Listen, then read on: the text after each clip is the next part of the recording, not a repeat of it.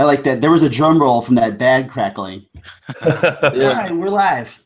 So this is a Kickstarter backer game of Dream Chaser, a game of Destiny, that was so graciously allowed to be recorded, even though everyone but me is playing this for the first time, which is also a great experience for those of you that are watching to learn the game, to see that, hey, this is how it can actually happen with no preconceived notions of what the game is or how it plays. So if everyone could just say hi, we'll go along the order of names that I know. Evan, if you'd say hi for the camera. Hi for the camera. I'm Evan. All right. And we have Jacob. Hello, I'm Jacob.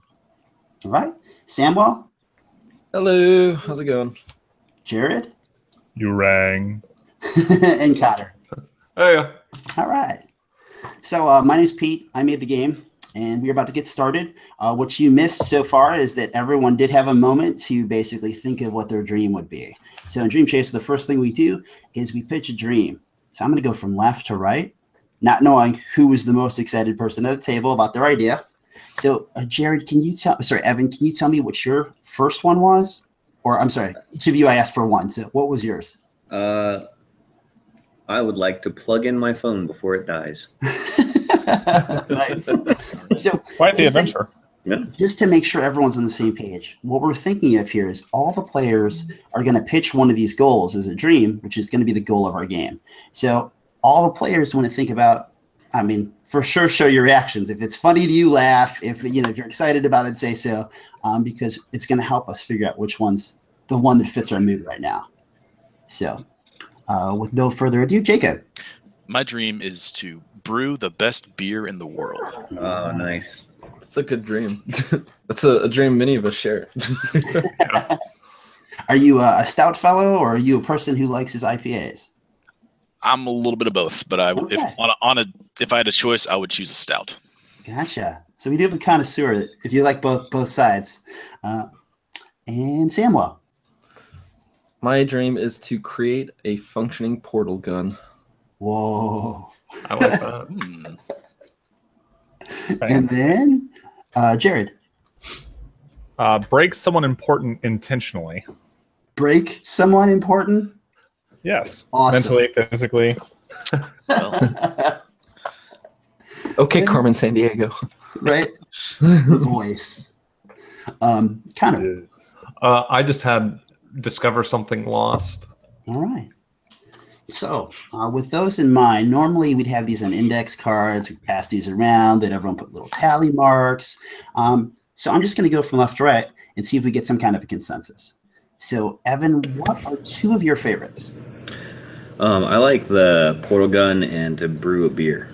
Okay. And the brew a beer, was that Jared's or was that Jacob's? Jacob's. that was Jacob's. mine, Jacob. All right. And then Jacob, how about you? I like the portal gun, All right. and I'm intrigued by find something that was lost. All right. Yeah. And then Samuel. I actually like break someone important intentionally and then find something that's lost. Okay. Jared? Find something that's lost sounds interesting. And Wow. possibly terrible. It's really funny how it seemed like we were leaning one way right off the bat, and then it was like we just went straight to the tangent. Like, wait a minute, that one's curious. No one's phone's out of battery. Some of us actually charge our batteries. Thank you. I'm at 40%. Kind of what do you What's your vote? I actually like the portal gun and charging your phone, but Okay. See, you spoke too soon, Evan. yeah. I was So what I'm going to do is I'm going to say the GM breaks ties. Usually if we're in person, we take another stab at it, but it's a little harder, when you're online and we're not with each other. So I'm going to say that we're going to find something that's lost. Don't forget the other ones you've written down because you might use them again in a minute. They might become like chapters in our story. So hold on to this. So the dream of our story is to, Connor, can you repeat that? discover something lost. Discover something lost. And we just write that in the first section now, right? Yes, please do that. Yeah, so what I'm doing is I have one of the guide sheets, and I'm working on our storyboard. We would normally have an actual board on the table that Samwell has a copy of now, and it kind of does this more elegantly than a table. But what I'm going to do here is I wrote our dream in the middle, and I'm going to write kind of each one of yours goals that you're going to make in a minute, and they kind of become the chapters in telling our story. Okay. So you moved on with the character sheet. So in the number 1, you wrote for our dream, discover something lost. The second thing we do is, now that we know what the goal is, we're going to start to flesh it out by picking out who we want to be in the story. So every person is going to think of a role to play. Now, your role, you want to think of something in 2 or 3 words. Think of something that has at least one descriptive word. So if you wanted to be like a space pilot, you'd want to be like a naughty space pilot. Or if you wanted to be like an attorney, maybe you'd be like the ruthless attorney or money-grubbing attorney. And by doing so, with each of you picking one and then saying it, we're going to start to flesh out maybe what kind of thing may be lost, or at least in what kind of an atmosphere. So whatever you think sounds fun, just say it when it comes to you. Think of like 2 or 3 words. It's okay if it's a little bit longer, but that's kind of roughly the idea. Got one. Okay. Scatterbrained relic stealer. Nice. Oh, wow. I like that. Yeah.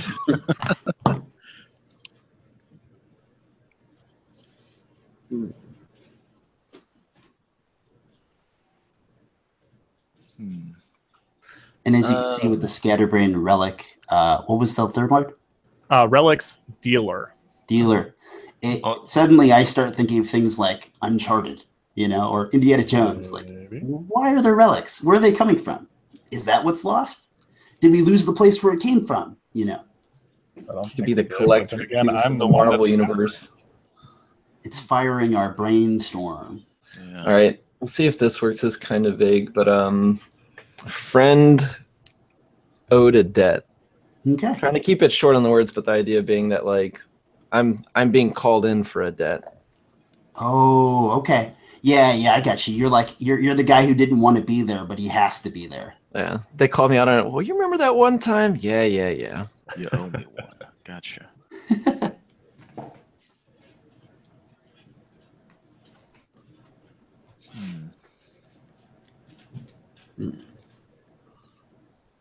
Evan can be man with low charge cell phone. I know, right?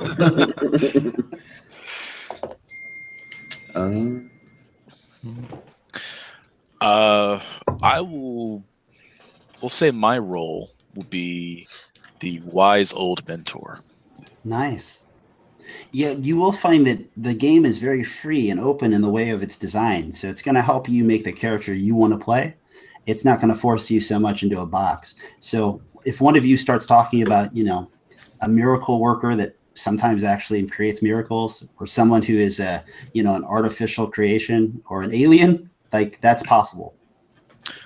Actually, I'm gonna replace old with crotchety. Nice. Even better. I see where this is going. What do you mean?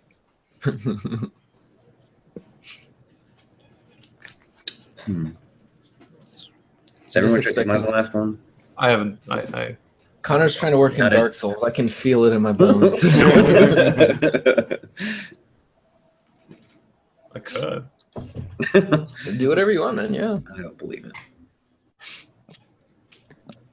Whatever you find the most interesting in the moment. Yeah.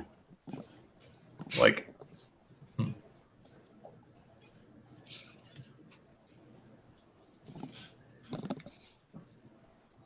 So Jacob, what's yours again? Crotchety mentor? Wise crotchety mentor. Wise crotchety mentor. I want to know who you owe the debt to. Well, Yeah. that's what we're going to find out. Yeah. Yeah. all right, Who's got one on you? I'll go with overly ambitious adventurer. Okay. That doesn't sound like everybody ever in D&D. All right. Are we Everything will be we're missing one fine. more, right? Yeah. I'm going to be. Oh man.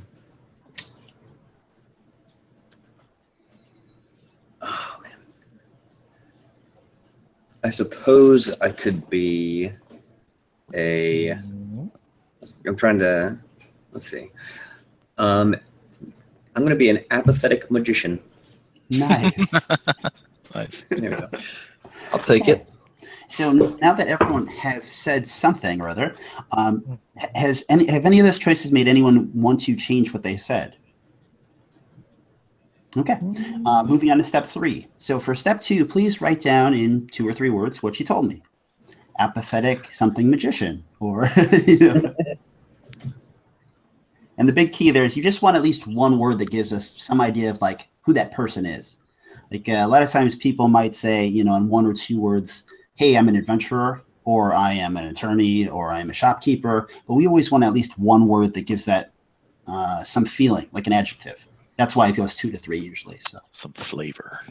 right, because obviously the ruthless attorney is a lot different than the good-hearted attorney. Yeah.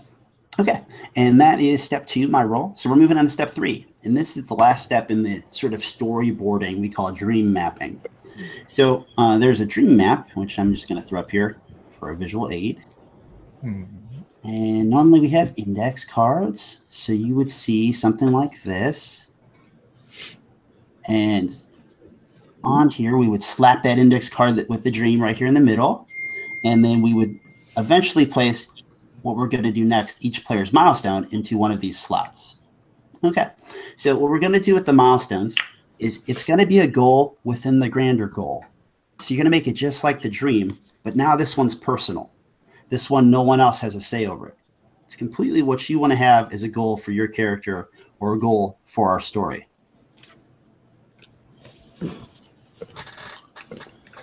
I usually like to categorize them as either what's the coolest thing that character would do in this movie, or what experience do you want to get out of this story with that character? We want to make sure that the assassin actually if you make that character, that you get to assassinate someone. If you're the shopkeeper, that we actually have an adventure where you get to own a shop or start a lemonade business or have that rival competitor. We're pre-baking in whatever it is every person wanted to get out of our game, at least one of them.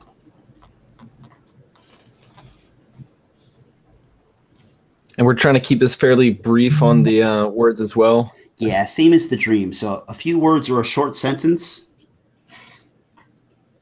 I think the book says 5 to 7 words, approximately.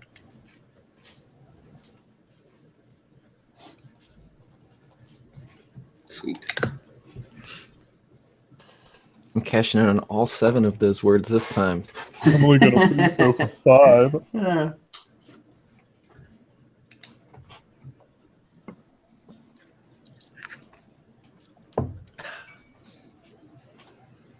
Okay, so I guess I'll just go into circle in my case. So, Evan, do you have one yet? If not, I'll just move on to the next person. I want to perform real magic. Awesome. And then Jacob? Translate an ancient tome.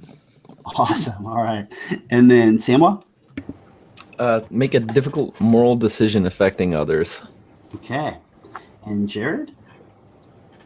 Acquire something dangerous and old. And Connor? Well, gee, I haven't written one yet, but I was That's going to go okay. with something to the effect of discover that I'm not as mediocre as I thought I was. 'Cause I actually wanted to update overly ambitious, underskilled adventurer. It was in me the whole time. We're going to handle that part, what you just said, in the next step. So, Awesome. yeah, so guys, what do you think? How can we help him put that into words? So he said he wants to realize that he's better than he thinks he is. Realize his potential. Yeah. Ooh, yeah. Or like even broader, like a coming of age, but realize your potential probably works better. If you like coming of age, we could write that down. It was just what came to mind. We can do realize your potential. Okay. Realize your coming of age potential. There we go. Realize your potential coming of age. There you go. Okay, so what I'm going to do is I'm going to try to have each one of you repeat these, and I'm going to write them in the little chat thing on the right. What we're going to do is we're going to put them in order now, and we're kind of like building the chapters of our book. So each one of these will happen. Kind of at home, what's cool is for some of you, these will be like session goals, and maybe this is a 5-session game. Some of you, this might be like, hey, we can only play, maybe one we have a one shot, or we have 2 days or something, and then we would do like 2 of these each session or something. But it's kind of cool because the players and the game master, like, there's built-in pacing in a way. So Yeah. First person, so Jared. Oops. Sorry, Evan.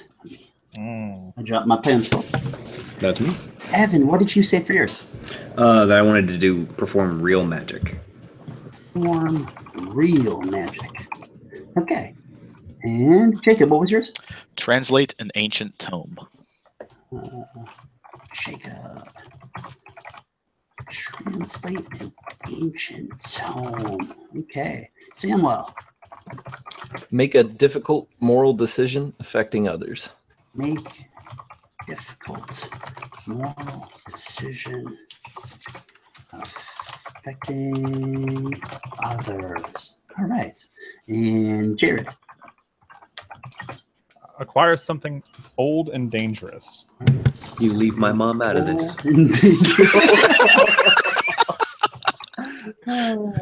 And last but not least, Connor, yours was? What did we say it was? Coming of age. Oh, Well, the realize potential. realize potential. Realizing potential. Okay. So meanwhile, each one of you can place whichever one of those was yours into that third step, that milestone that you see there's a 1, 2, and 3 entry. You're just going to use 1 for this game, and you're just going to write the one that's yours. Cool. The reason for that is usually I think that people play this game, and most people actually like campaign play. So I assume that most games will have players that have maybe 2 of those, or 1 of those, or 3 of those. That's why you have the 3 slots. Cool. And then we know, like, hey, a campaign might be 12 sessions or 8 sessions, or, something like that. So, all right. So first things first, Evan, which one of those do you think goes first in our story? There's no wrong answer, but it does create a different story. So do you think perform real magic happens, translate an ancient tome, make difficult moral decisions affecting others, acquire something old and dangerous, realizing potential? I would say probably translating an ancient tome. Okay. I actually agree with that. Okay. I would go towards acquire something old and dangerous. Old and dangerous. Acquire. Does anyone else have a different choice? I actually thought that perform real magic could be Perform. the first one. Okay. So among those, how many people think we should translate first? Got at least 2. So far, majority. Yeah, Who do you want to blame for us going into an adventure? So we get 2 for translate. How many for acquire?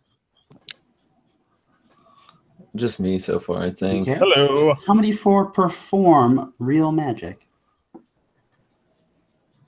Okay. Connor's Sounds like translate is our first step. Yeah, let's go with that. So this is where I'm writing. You just get to listen. I'm translating an ancient tome. It's milestone 1. Tome. Okay. What do you think the second one is? Let's go the opposite direction. We'll start with Connor. So, Connor, what do you think the second thing would be? If we got to translate an ancient tome, what happens next? Yeah, I'm gonna go with perform real magic again. It's got to win eventually. You're going to be my biggest It has fan. We'll make you into a wizard yet. Jared, what do you think? Well, we're clumping things together too much if we put the translate tome and find something dangerous. So I'm going to follow suit and say, You like perform? yeah, magic. It's obviously a magical tome. Obviously. I'm on board with this. Okay. Perform real magic. Okay. Moving on to step 3, milestone 3 in this. So, of what's left, starting with Jared, what do you think? We're first in our story of discovering something lost. We're going to translate an ancient tome, which is going to lead us to perform real magic so that we can Realize some potential. Realize potential. And Yeah, if you, I like that. I was going to say, if you don't mind, then we'll just grab one from each person and finish it off. So, Yeah. Do it. okay. And then, Samwell, what do you think's next? What do I think is next? After we Realize our potential.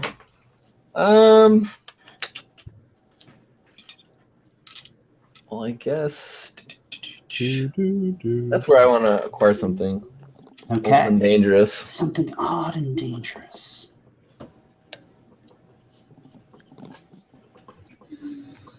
Odd and dangerous. Which leaves us, last but not least, making a difficult moral decision affecting others. I think we Which could all sounds agree pretty that was fitting, gonna. Yeah. Yeah, Sounds like a good end. Make it could be a good end. We don't know. Gonna be fine. moral Everything's fine. Jacob, if we didn't have to translate this tome, we wouldn't have to make a difficult moral decision. I want to point that out. Hey, Oh, Jacob's fault. it's all my fault. Why do you think I'm so? Why do you think I'm so crotchety? We could probably blame Marcellus if we tried hard enough. All four? decision. Bye. And dream mapping is complete. So we're going to move to the character sheet. I'm going to throw that up just so I can help you guys move right along the sheet. Okay. And on the sheets, okay. Over here, you did step 1, our dream. You did step 2, my role. Step 3, you should have just wrote down your 1 milestone. So we move on to step 4, which are your tags. Think about your role here. And you want to come up with 3 adjectives or phrases that describe your character. Describe what you want to be important about your character. If you had stuff like, what was a good one? What were some of the adjectives you guys used for your roles? Jared, what was yours? Scatterbrain. So you'd either want scatterbrained or you want 1 or 2 things that kind of gave you the same idea. If you thought that was someone, it was important to being that character for you. Eccentric. Eccentric. I do like eccentric. Some of you will find things like ruthless. Some of you will say spiky hair. Some of you will say dirty clothes or good looks or, long nose or stocky. Some of you could even say things like, wings. It doesn't sound like this group would have that, but some groups do, Do they have to be one word? No, it says 1 to 3 words or a phrase is okay if it makes more sense. Yeah, sometimes you'll find, 3 words is usually because you're, I said goody two shoes or, rotten to the core. But most of the time you're going to say like tall, fat, angry, lighthearted, dapper, well-dressed. There's also plenty of other ones that are like more specific. Like, sometimes people have like, they're artistic or they're, gifted with their hands or agile with their agile feet. And how many of these did you say to do? You get 3. 3. Okay. All right, I think I have my 3. All right, spit them out. Go for Jared, go. Eccentric, because that one was good. Learned in the esoteric and gifted with the old. I'm leaving old as kind of, it could be people, it could be stuff.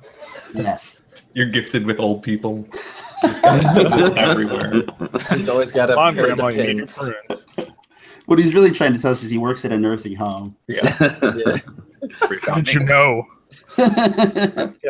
I've got my 3 are begrudging, dedicated, and uncannily well equipped. Oh my. That's awesome. Yeah. Cartoon pockets, man. Cartoon pockets. Good stuff.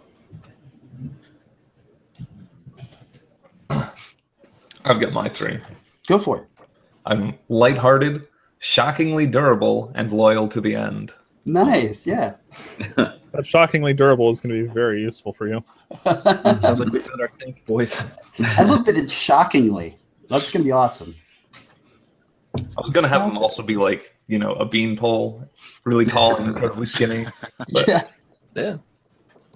What these do is that when you roll the dice in the game and you try to do something and the dice tell you that no, you suck or you didn't get what you wanted, you're going to say, well, Pete, my character is such and such, and this is how it helps. And I'm going to go, you're right, re-roll. So what's cool is in this game, the game tries to reinforce what you want your character to be instead of telling you, I'm sorry, that doesn't work that way. Nice. Nothing worse than all that setup only to roll at 1, right? Yeah. Exactly. All right, I've got my 3. Go for it. My character is judgmental, overcautious, and condescending. Doesn't sound like a crotchety wise mentor. Okay. Got mine. Great. Amazing. I really hope that has 2 A's in the front. Amazing. Well dressed Amazing. and reluctant. I was really hoping for 3 amazings. No, just 1 in the title. Popular. First vote. Oh god. You're going to the papyrus, Jared. Okay. So, Evan, do me a favor. What was your role again? My role is apathetic magician. Okay. He's David Blaine. The amazing such and Oh. such. Jacob, what was your role? No, but I'm well dressed. Old crotchety mentor. Thanks. Samwell, what was yours? Friend owed a debt. Friend. Or owing a debt, I guess. Debts. Okay. And Jared, what was yours? Scatterbrained relics dealer. See, at first I thought you said relic stealer. I did too, yeah. Yeah, Hey, you never know. That's something that was lost, was you. that's how how he, he gets that's how he them. found his, that's how he gets the relics. Yep. And Connor, what was yours? Overly ambitious but underskilled adventurer. Okay. What are you buying? Throw that in there. What are you selling? Wheel and deal. All right, thanks. Okay, moving to step 5. So on that character sheet over here, we got strategies. Now, the game is kind of like a skill-based game. So these are going to be the 3, you're going to get 3 of these. So these are going to be the tools you use to get everything done. So we call them strategies because they're more than just skills. Sometimes for you guys, like you could have magic, or you might have reputations, or it might be something like, I'm rich, bitch. You know, they can be slogans or parts of your personality. If you're the Rocketeer, one of these might be your rocket pack. And maybe that's how you fight, but that's also how you fly. That's also how you look impressive. So the theme with strategies are that these, like to a hammer, everything looks like a nail. To your character, one of these 3 things is going to apply to everything you do, either very well or with a bit of a stretch. You're going to put them in one of these 2 boxes in any label below legend. That's why legend's grayed out. So you get 3 of them, and you have these 8 slots to work with. You can choose to put them anywhere you want. Perfect. And then the numbers that apply, what's the context of like the 7654? Obviously, the higher the number, the better. So in Dream Chaser, you're going to roll 2d10 for everything in the game. Each d10 is going to be mutually exclusive, which means that one is going to relate to a strategy, and usually one's going to relate to a soul skill, which is going to be in the next step. Each one of these is going to have a score from 1 to 10, and you're going to want to roll under. So having a 7 in one of these strategies that you make up is good because you roll on a d10 and hopefully get a 1 to a 6 to succeed. Right. Strategies are effectively skills, you said?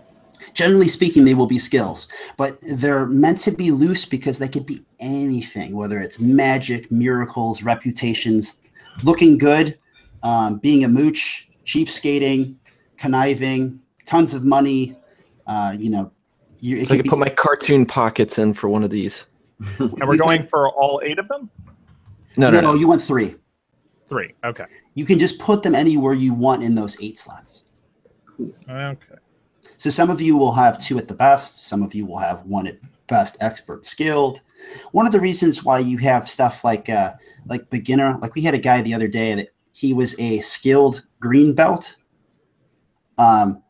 I'm sorry, I said that right. He was an expert green belt. So it was funny because he was really good at being a green belt, which is like a low rank martial arts guy. So, He's got that 1-2 punch down. yeah. Yeah. So he's like really good. We've had people who had like, like Inspector Gadget, where it's like he really sucked at being an inspector. So his inspector was a like beginner, but like his niece Penny was like expert.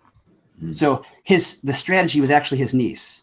So he would go to do something, but in game he would explain how his niece did something that worked out better for him.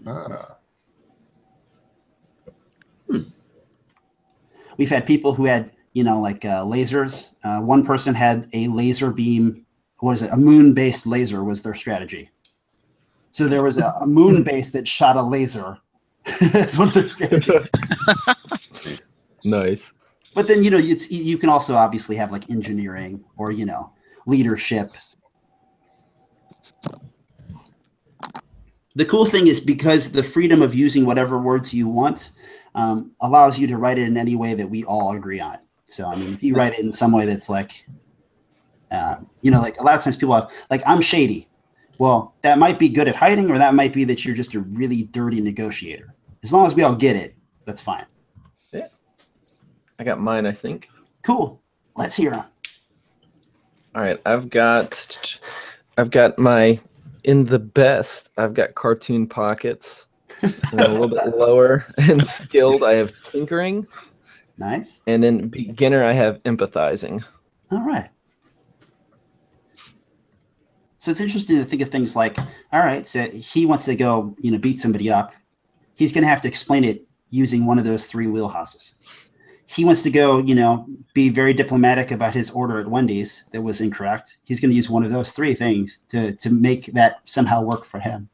So those will be his three sort of tools for success.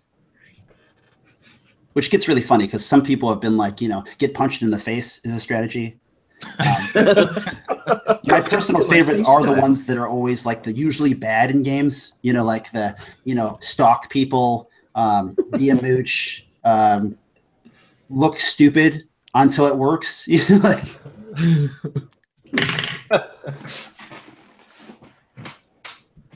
the power gaming in Dream Chaser is really more of making the whole sheet work in the direction that you want it to work, which is pretty cool.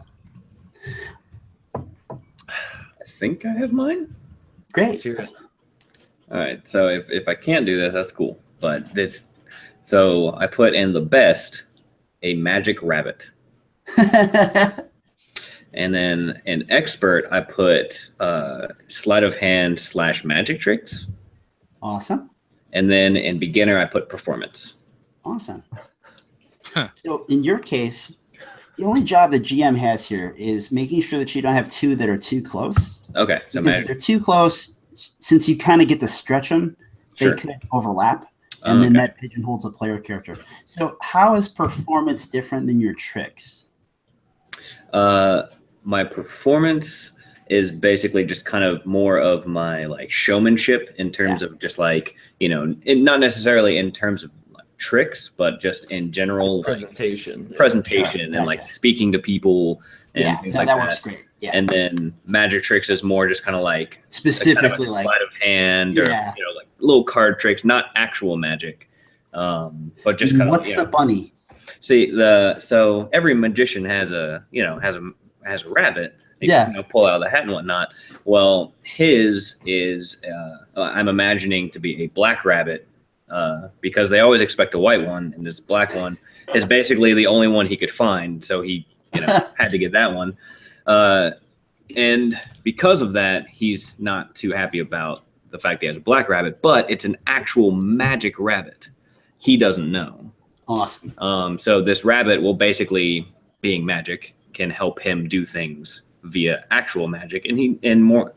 Basically, he's jealous of the rabbit because the rabbit can actually do magic and he can't, even though the rabbit's just supposed to be a prop. Awesome. Sounds good.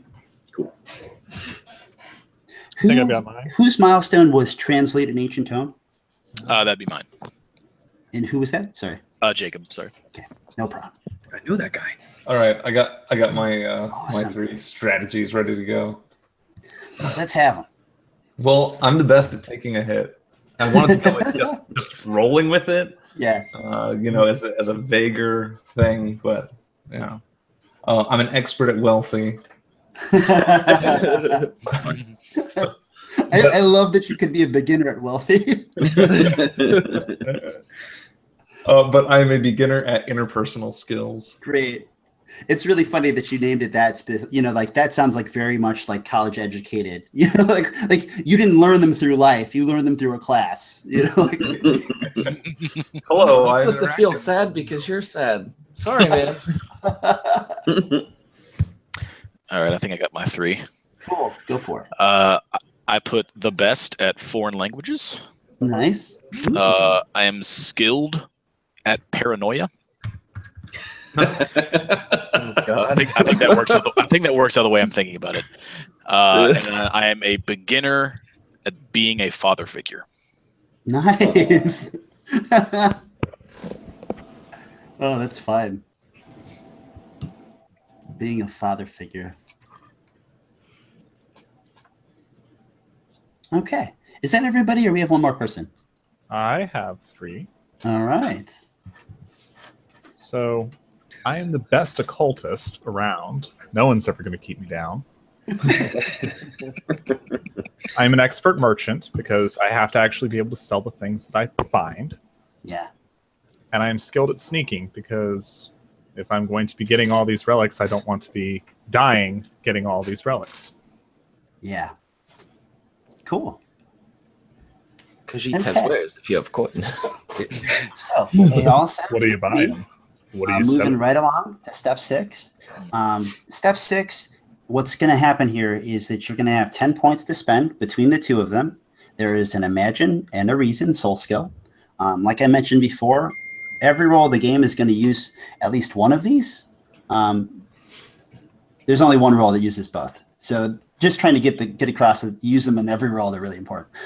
So the soul skills, what they do is that every one of those strategies you just made up, you will either use directly or you will use indirectly. Like it'll be a bit of a stretch. Like you didn't really have all the equipment you needed. It's not in the right place or right time. It's not an exact match. Just because you know how to, read a recipe doesn't mean you know how to actually build a rocket with the schematics, but it's possible. You follow directions. So imagine is anytime something is used indirectly. Reason is used anytime something is used directly with all the right tools, right situation, plenty of time. Imagine catches things like, you got caught off guard. So assign each one of them a number value from 1 to 10, which you only have 10 points to spend. 5 and 5 is perfectly acceptable. All right. Though you can't have 1 and 9. Just people usually then immediately fix it as soon as they can. I did sort of consider going 10 and 0, but I don't. You have to do at least 1 and 9. Yeah. Yeah. Okay. Yeah. The power gamer in me is like, no, I don't. I don't think that's a good idea. Okay.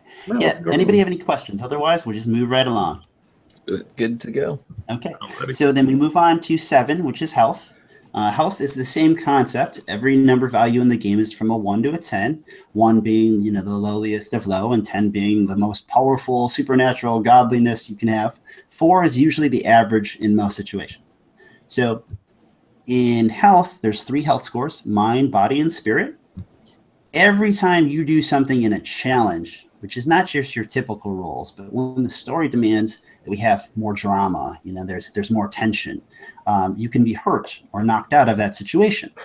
And you, as well as any challenge, is defeated by losing all of your mind, body, or spirit, which always gives both sides the option of losing in any way that best fits.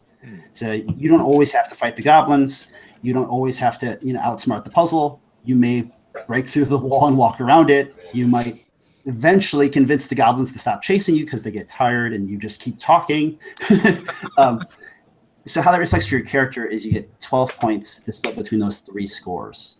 If you envision your character to be more of a person who one-ups people, researches their way through things, or outsmarts them, you're going to want to have a little more mind. If you're a person that's going to fight, push through, wrestle, do anything physical, obviously you want a little more body. If you are a conversationalist, a manipulator, or someone who uses fear tactics, you want more spirit.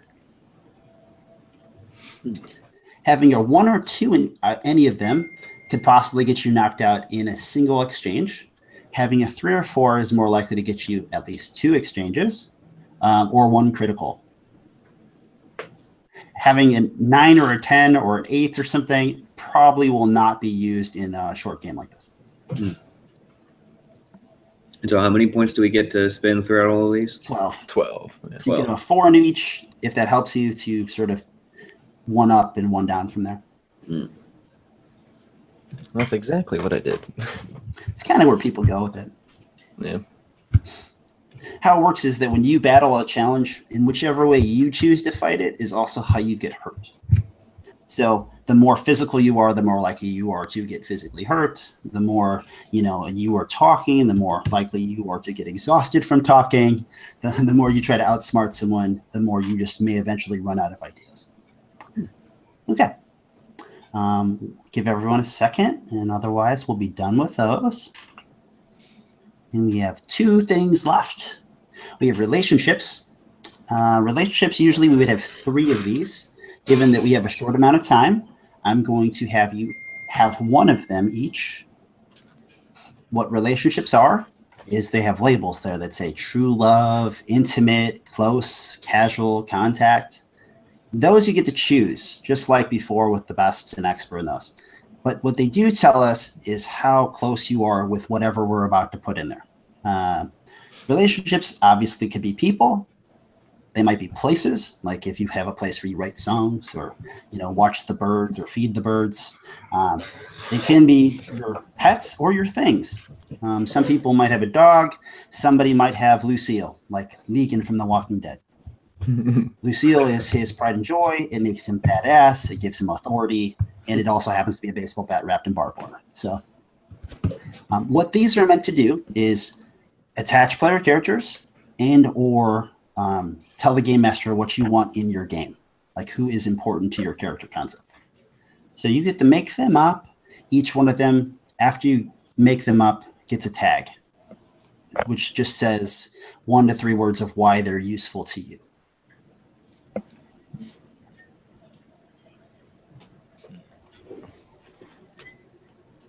I said a lot of words. Any questions?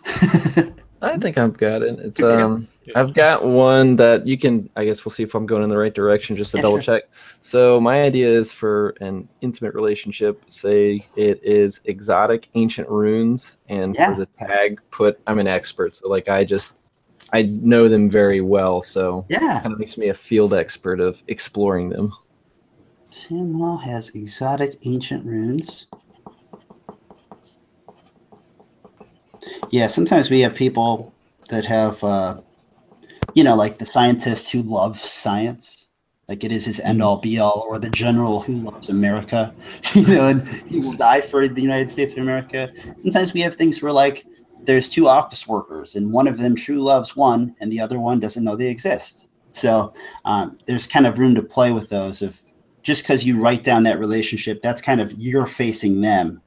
Doesn't necessarily mean that that's how they feel back at you. I would like a talking object. Yeah, like maybe you have Bob the Skull or a staff. I'm thinking of Kane. Now, do you talk to the object, or does the object talk back to you? Or does the object just only talk in your head and no one actually ever hears this object? I like that one. We did have someone have an imaginary friend once, and it was great. It was an imaginary dog that he would go take for a walk that no one knew existed, so they just thought he went for a walk. I'm going to do Kane the walking stick. Nice. But Kane's not actually a walking stick. He's a demon trapped in a walking stick. Interesting.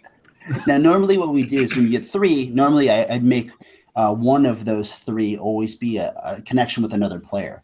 But obviously, given the short nature of our game, a lot of you guys are going to get dumped together anyway, so you don't have to take each other. And you said we're only doing 1 relationship, correct? Yeah. Yeah, normally with 3, what we do is we do 1 that's someone else, which gives you free realm of the other 2. Okay. And then one thing you can do with 2 of them is you can make a group of something. Like maybe it isn't just your teddy bear; it's all of the stuffed animals that you have a feeling about. Mm. Maybe it's not, your graphic artist; it's your Lucas Arts team. So. At this particular juncture, I need to depart as I had another obligation tonight. So, What? Sure, go for it. I will be back for potentially later. We shall see. Okay. Bye, Jared. Yes. Nice meeting you. Indeed. Bye, boys. Wow. My voice. And so the tags, we just basically kind of descriptors of what this relationship is. Why it's valuable to your character. That's right. Yeah.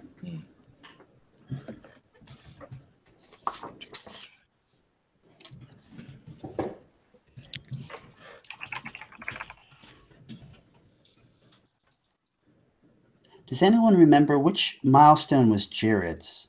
Did he have perform real magic or acquire His Acquire was something old. acquire Acquire something old and something dangerous. Okay. Yeah.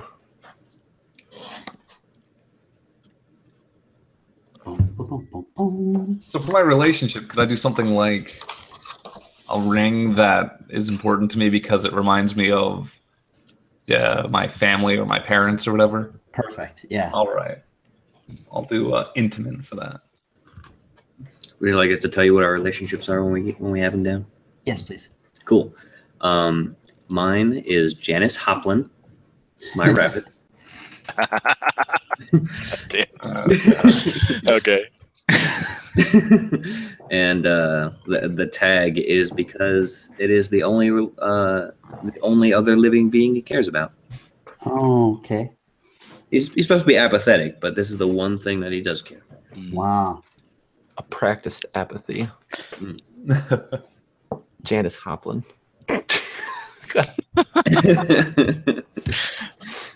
All right, I have mine. Okay. And what you got? I have an intimate relationship with my research and my books because books never disappoint me. And I'm sorry, who said that? This is Jacob, Okay. the crotchety old mentor. Books. And what were their values to you? Books never disappoint me. Never disappoint. Okay. You obviously haven't read L. Ron Hubbard. Whoa. Shots fired.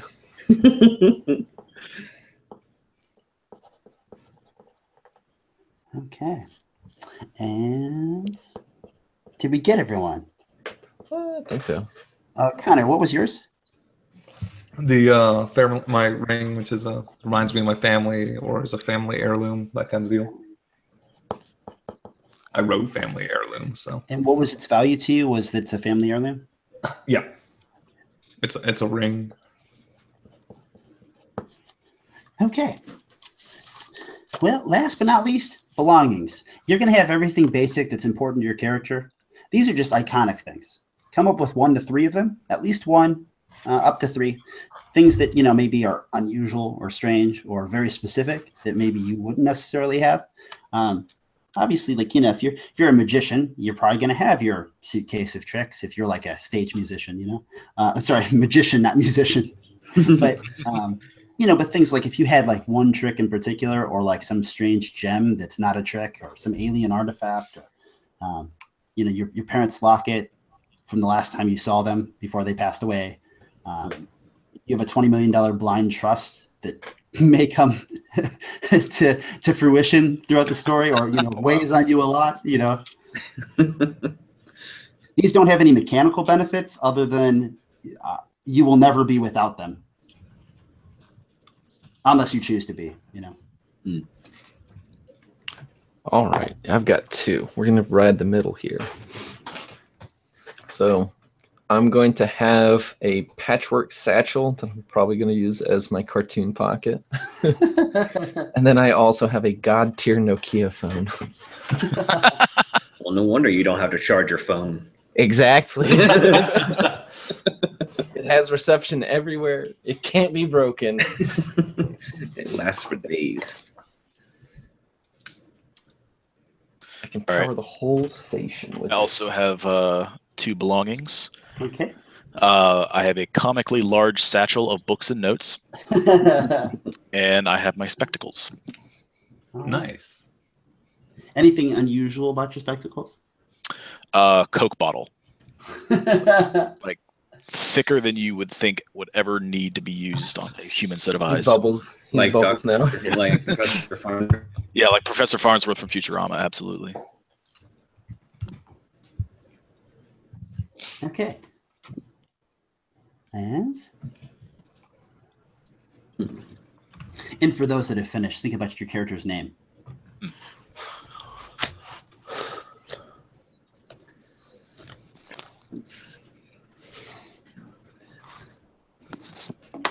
So the goal, obviously, through this character creation is hopefully we actually made characters that are pretty immersive. We made characters collaboratively around a goal in mind so that we don't have any characters that have no reason to be here or completely unattached. Knowing the goal of the game and the kind of stepstones ahead of time helped us make characters that fit. And hopefully you're going to be a lot more able to just kind of jump into a character, unlike having to feel out like, who is my paladin? What is a paladin? What are they like? So in this game, having your descriptors and your strategies kind of opens a lot of doors of like who your person is already, which is kind of cool. So for my belongings, I'm going to have a magician's outfit. So, now remember, anything that's typical you get for free, no big deal. Okay, well, this isn't quite typical because it has lots of like hidden pockets and things like that, like a top hat that has like hidden compartments and like sleeves with hidden compartments and things like that. And then just my other belongings would be just like magician's prop, like a deck of cards or a wand with little fake flowers that pop out, that kind of thing. Okay. All right, I got two. I might come up with a third one, but I really like the second one that I wrote down. So the first one is my wallet stuffed with cash. Nice. Because you're wealthy. The second one is a toy gun that looks real. Nice. Yeah. That's a lot of fun. I like that.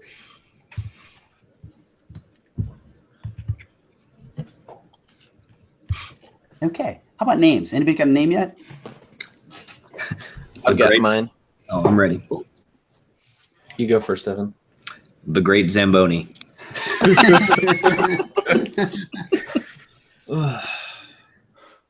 We got a very generic name for me. I'm Nathan Daniels. Nathan Daniels. I've got one. Cool. My character's name is Colin Higginbottoms. Colin Higginbottoms. I can see that. Okay. And Connor. If you need a minute, go ahead. You can keep twirling that around the thoughts. Yeah. Give me a second to think about it. Okay. So everyone needs 2d10, preferably of two different colors. Percentile would work fine too. You just need to be able to identify which one's which. Got it. GM will give you bonus points if you have the official dice, so my rolls will be all amazing. One of the cool things about the official dice is just that they're color coded. So you can see that there's the circle bubbles on your sheet. So when you're first kind of getting used to the game, when you throw the dice, obviously the black die works for the black circle, which is strategy, right? And the teal die works for the teal soul skill. So we just kind of, from the get-go, have that organized. So we're not always like, which one was which? Smart. Okay. That is very smart. So one of two things. If you need a bathroom break, we could run and do that. Otherwise, we can do the vision rolls and then take a break. What would you guys prefer? I'm fine. You guys are. Yeah. I gotta go get dice, but they're just right over there. Yeah, go for it. I think vision rolls and break. All right. That sounds good. So basically, we've made characters, we've dream mapped. The next thing we do is vision rolls. One of the ways that Dream Chaser is able to be played on the fly is because we take advantage of being collaborative and that we have, in this case, 5 minds are better than just mine. So as you've made your characters and have talked about kind of the story goals, I've been making notes of things that I think could be in the game, like atmosphere, names, possible problems. And when we do vision rolls, you're going to get a chance to sort of influence what you think may happen or may be a part of this story. And then I take the best of what I like of both worlds, spin it around in a circle and make something out of it for us to play in. Sweet. Now, the good news about it is that, for example, if you all start talking about how you want to beat the shit out of something, I go, oh, well, they're looking for a fight. You all start talking about, talking your way through it, or, how we're going to have to do legwork, and each one of us is going to have different responsibilities. What's kind of nice is, in a way, you've subtly introduced to the game master, like, hey, this is the direction we're kind of all talking about, which helps the game master also gauge kind of where we should go. So, cool. All right, everyone got dice? Mm-hmm.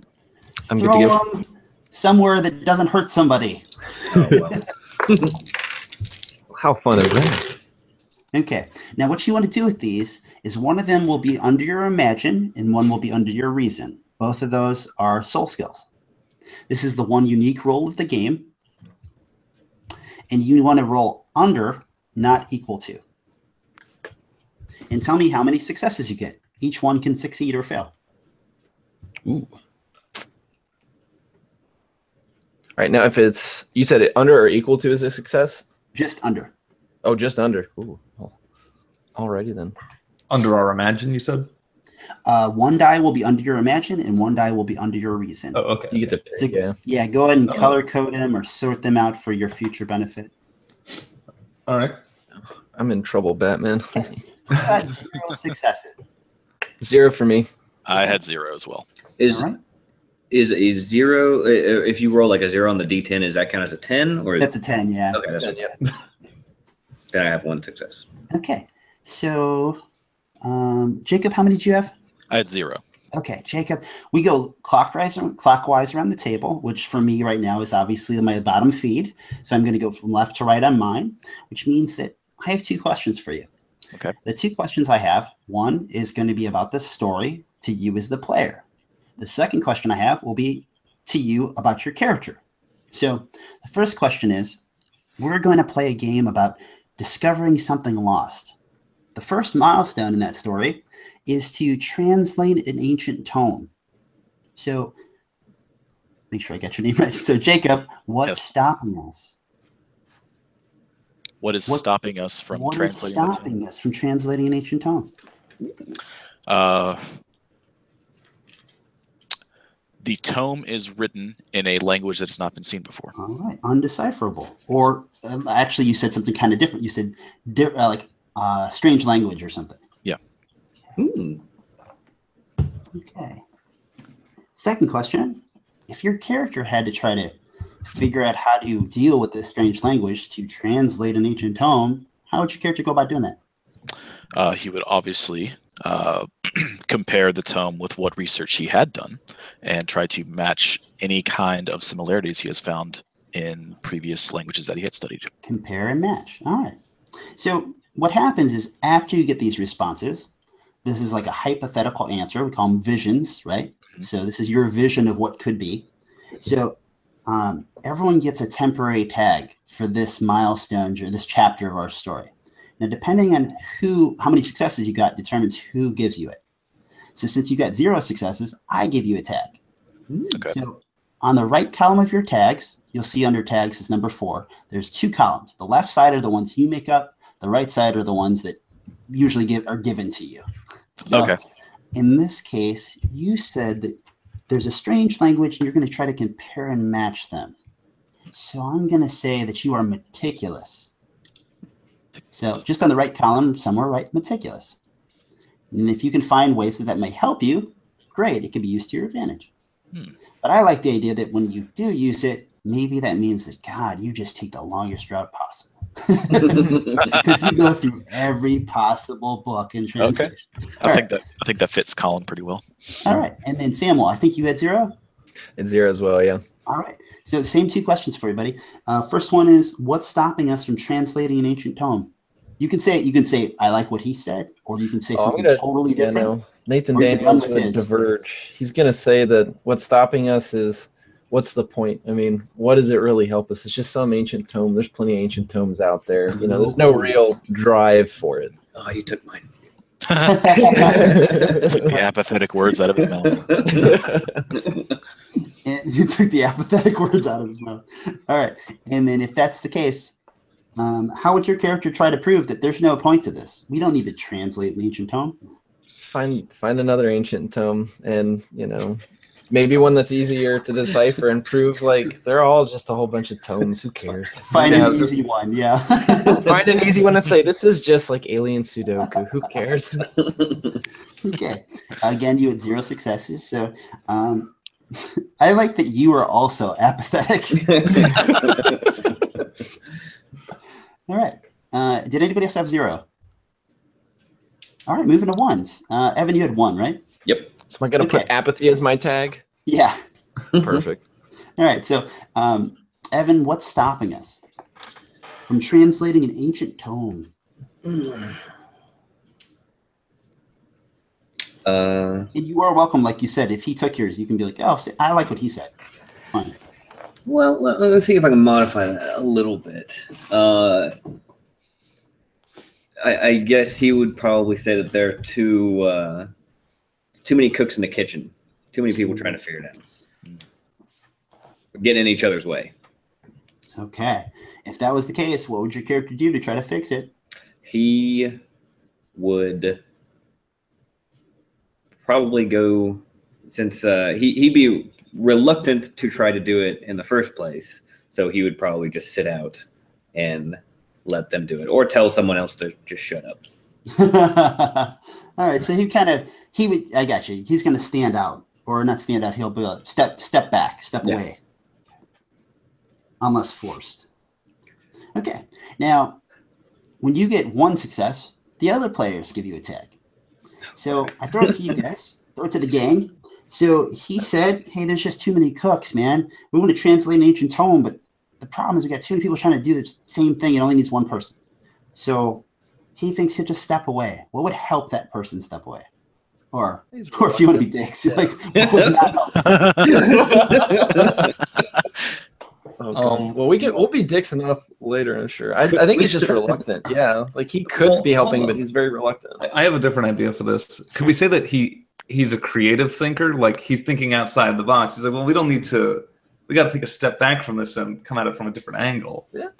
I already have reluctant down, so that would probably. Oh, you? Oh, yeah. We can't do that then. Yeah. Extra reluctant, Yeah. Double, yeah. Super reluctant. Yeah, I mean creative. I like that. All right, let's go with creative. Cool. You need to be creative if you want to step away from translating, or from getting other people to also stay out of it. See character clashes between our magician and our scholar. Big picture kind of guy. So, last but not least, what is stopping us from translating an ancient tome? Me. Yep. Did you have 2 successes, or did you have 1? did, yeah, I had 2. Okay. Which means over here. You're going to get to make your own tag. Oh. Ooh. Oh, spicy. Spicy. You won't take that. Sorry, I just said that in like, that'd be a funny tag. Yeah. Please make that your tag. I was thinking that it could be that it's really difficult to translate because we can tell it was written by 2 different people. Oh, okay. Ooh. And possibly in 2 different languages? Why not? Multiple authors, yeah. We got our modern day Rosetta Stone over here. And what would your character do to try to remedy that situation? Huh.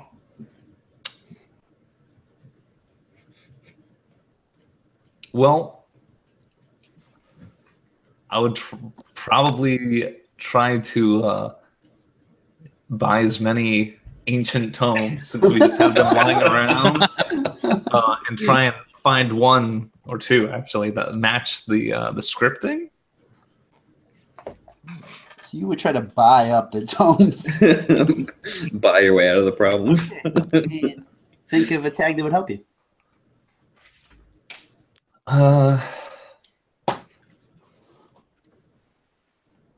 What's the opposite of frugal? Oh gosh, what is that? So could The say good news like is we don't need the wanton, perfect but, word. You yeah. could put like throws money at it, or Throws money at problems. yeah, drowns problems with money. God, yeah. What is it? It's not thrifty. It's God, not frugal. I just feel like loose with money, or Lavish. lavish. There you go. That's a pretty good Yeah, one. there you go. I just put down throws money at problems. Yeah, make it rain. You know. Spendthrift. How about that? Yeah, I just pulled that up. Too. I may or may not have Thanks, Google. went to the thesaurus.com. I was gonna say you're the man found who antonyms for Googled, frugal. Okay, we'll take 5 minutes, get a full glass of water, use the bathroom, whatever you do, and then we'll get started. I'm All right, Google great. Those things. Can't wait to All throw right, money let's at my do it. problems. I'm gonna go do that right now.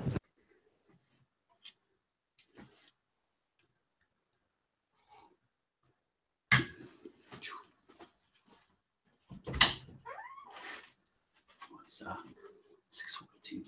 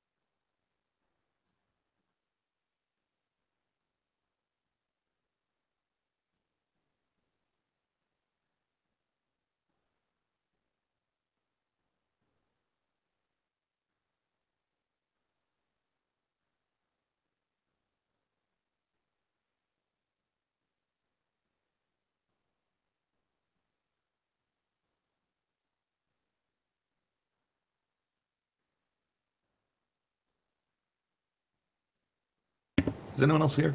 Mostly Jacob, I guess.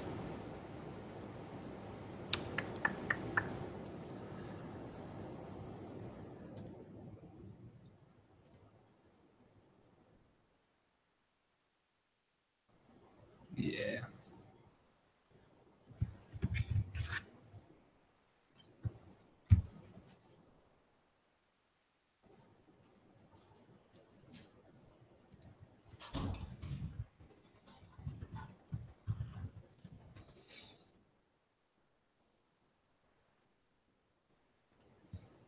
Sam. I'm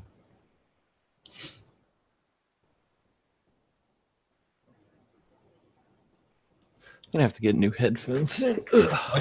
My computer's chugging really bad right now. Oh yeah. I'm gonna go ahead and restart. Yeah, something happened and took up all my memory. Ooh. Do you have like a lot of Chrome tabs open? Or Nope, just the one. But I'm going. Oh, wait, don't do that. Hold on. Cancel. I'm gonna go ahead and restart Chrome real quick. Yep, I'll be right back. Yeah.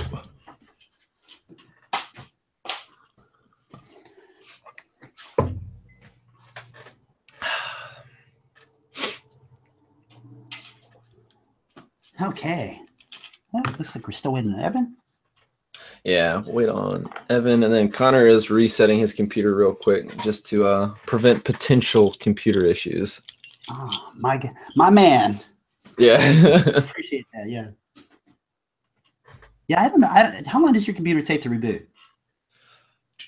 For his, I don't know. Mine is decent, depending on. There's some weird issue it's been coming up with. I recently, within the past couple of years, had upgraded mine, so I've got solid state drives now, which is the best thing that you can do. But I don't know. It'll go between like 5 to 10 seconds, and then there's some weird issue I haven't figured out yet, where it'll be like 2 minutes. I'm like, how is this taking so long to boot with a solid state drive? Yeah, mine have gotten really. Oh, I'm sorry, mine. Like I have all these hard drives. Yeah.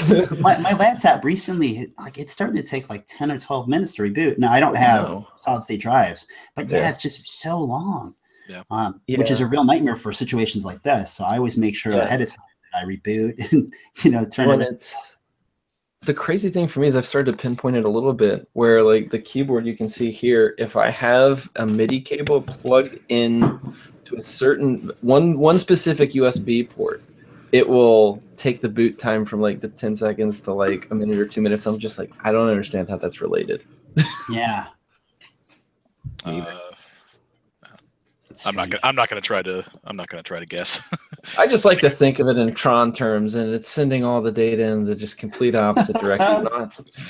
Turn on the computer. Someone's still moving the wrong way. Like it's the life cycles. Exactly.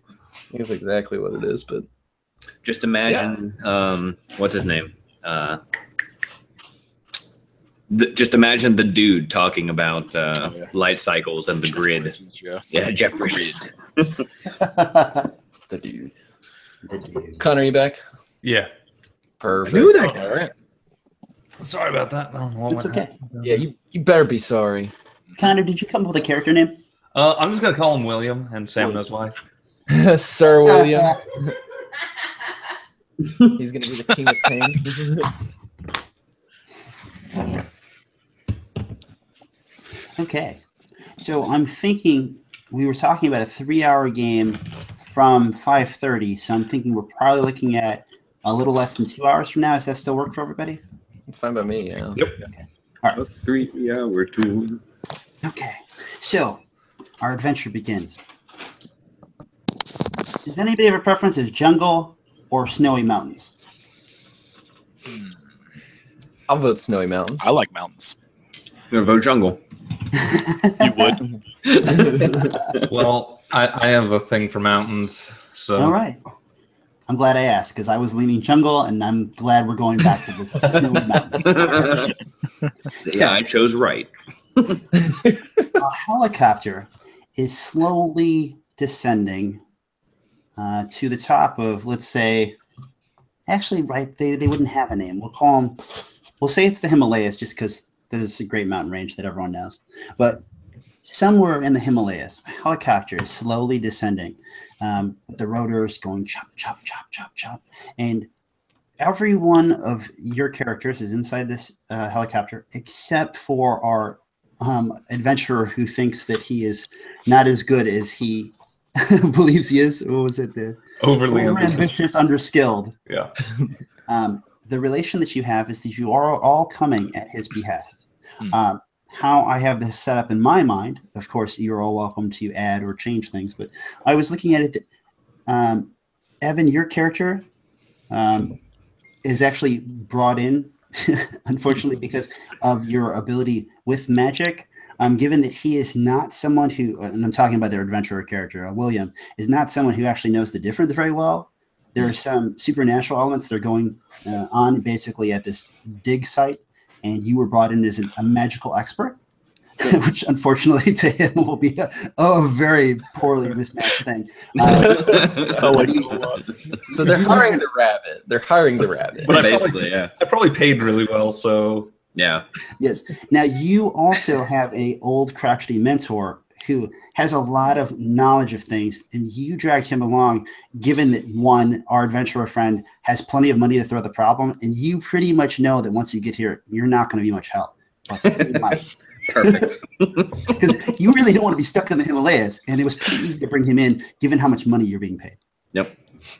Now, of course, Samwell, your character is the easiest, right? You're actually brought in because you're necessary, but the payment isn't the thing.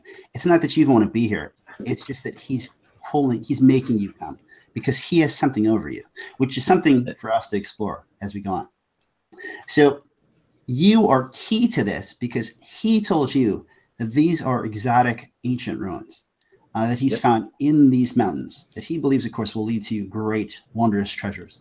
And that there's a strange book attached that other men of his team have died trying to look through.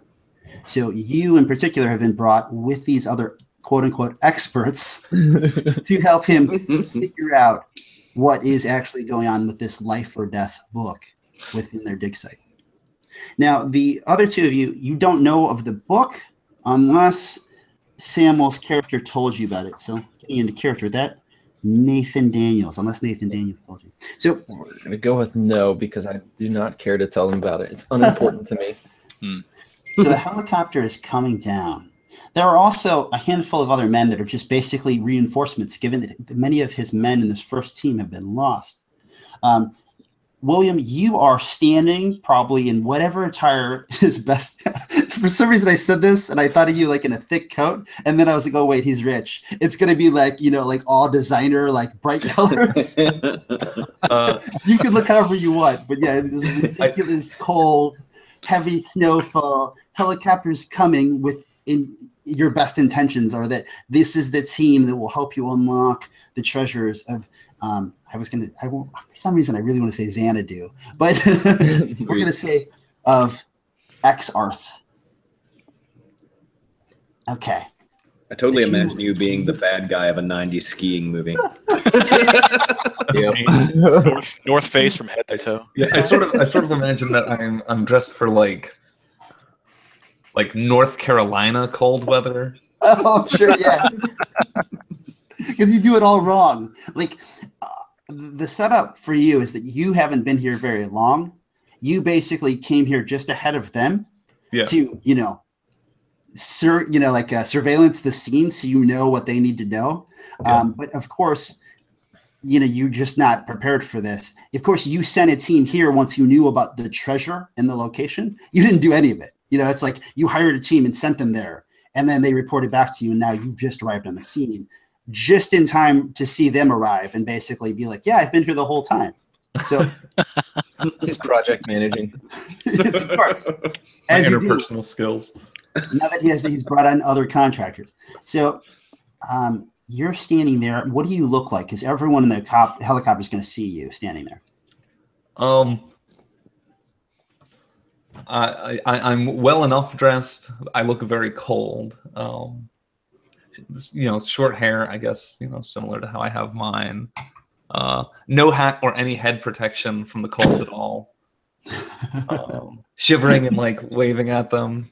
So he's obviously got icicles on his face, if he's got any facial hair or in his hair. Yeah. A little grizzled from his half day up here. Yeah. In the helicopter, it sounds like it's pretty quiet in there. Are any of your characters talkative? I am with my rabbit. I'm not. I've got the headset on, just kind of looking out the window, very unhappy to be there. The wind is rough. So obviously the chopper landing, it's turbulent.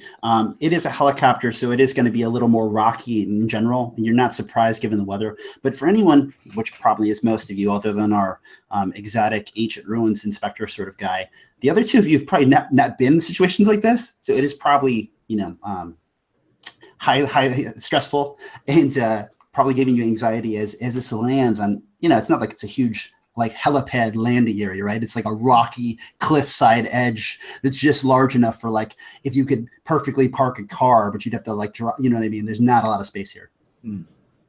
So the helicopter is coming to a landing. Obviously this is chopping wind and pushing heavily against William's character. As the door is open, the pilot gets out. He's got gloves, the nines in his winter apparel. There are a couple other men who are standing outside of this sort of cave entrance. Otherwise, you're kind of cliffside where you can see the snow cap above you. It's very sort of like foggy with the blowing sort of blizzard, which isn't harsh, but it's just generally bad as you guys get out of the helicopter. William, you see the three experts that were supposed to save the day of actually making this dig, make money, and more importantly, actually find the treasure of Exarth. I wave feebly at them and glance back at the cave entrance because, I had them bring up a portable generator so we have some a heating source inside the cave itself. Okay. Yeah, I could imagine that maybe there's even there's a plastic flap over sort of the cave entrance. Yeah, inside you could see some limited light because they probably have pavilions or limited tents and, like you said, little shelter and fire inside. Something for warmth, yeah. I definitely see this and just kind of half face palm and I'm very stressfully rubbing my forehead looking at William and thinking that he's completely unequipped for it. I just motioned to the other two to get out of the helicopter and start trying to walk over as it's noisy as hell. I likely wouldn't see this because I'd have my hand kind of blocking the wind, and the snow and everything is just covering my glasses, so I can't really see it. Yeah, reaching for someone to guide me, really. I'll grab him by the shoulder and be like, "Come on, old man." It's important to know at this point. So, what does the old man look like? Oh, with what you mentioned, I imagine it's like if it was a movie, right? The camera kind of zoomed in. We got a good look at: is he frail? Is he really old, or is he not very old, but his body's old, or does he play it up? At this point with the helicopter, I'm imagining the doctor or not the doctor, but the guy who made Jurassic Park. I was in a similar fashion. I was kind of going with that. Definitely kind of a balded crown, some frayed hair covered with muffs, obviously. Muffs. Definitely white in hair. I would say kind of dark brownish, yeah, a little dark brownish. He doesn't seem to be completely mentally there. He's halfway there, experiencing, but also he's in his own mind, just going over notes, going over ideas and possibilities that could happen. But Doc Brown is a very good descriptor. I like it, yeah. All right. They all begin to approach William. And obviously, if you want to, you could wave them inside. You could greet them. Well, given how loud it is outside, I'll yell as well as I can. Hello, friends! What? Let's kind of briskly walk up. I'll wait till yes, of course. Earshot, and then I'll just say, William, what are you doing out here dressed like this? I'm dressed for the weather. Yeah, well, if there's a warmer place where you may not be so uncomfortable, let's get there preferably. Of course. Inside. We've got heaters. Oh, lovely. You go through the flap, and inside, as mentioned before, there's limited tents, basically, that have plastic flaps. There is a sort of campfire that's been built into the ground that has men sitting around it on stones or on the ground. Some of them have sleeping bags. But there are basically limited supplies that have been brought in as well. It's all probably about maybe 50 feet inside the tunnel, which kind of opens up into more of a cavern area. Once you get to the cavernous area, obviously it's darker now where you have that limited light.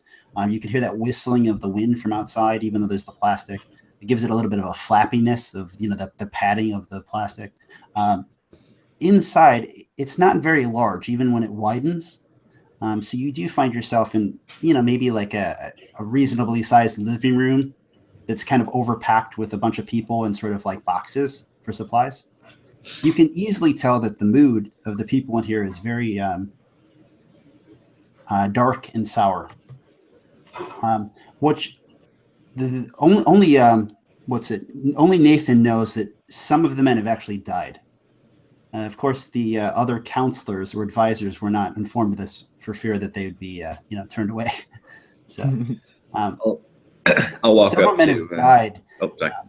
Basically, to we know there's a book, and when people have tried to read the words, that things have happened which can only be compared to as traps, is basically what's been limitedly provided to you. Because unfortunately, the people mostly who have said the wrong things have died. So the eyewitnesses are limited.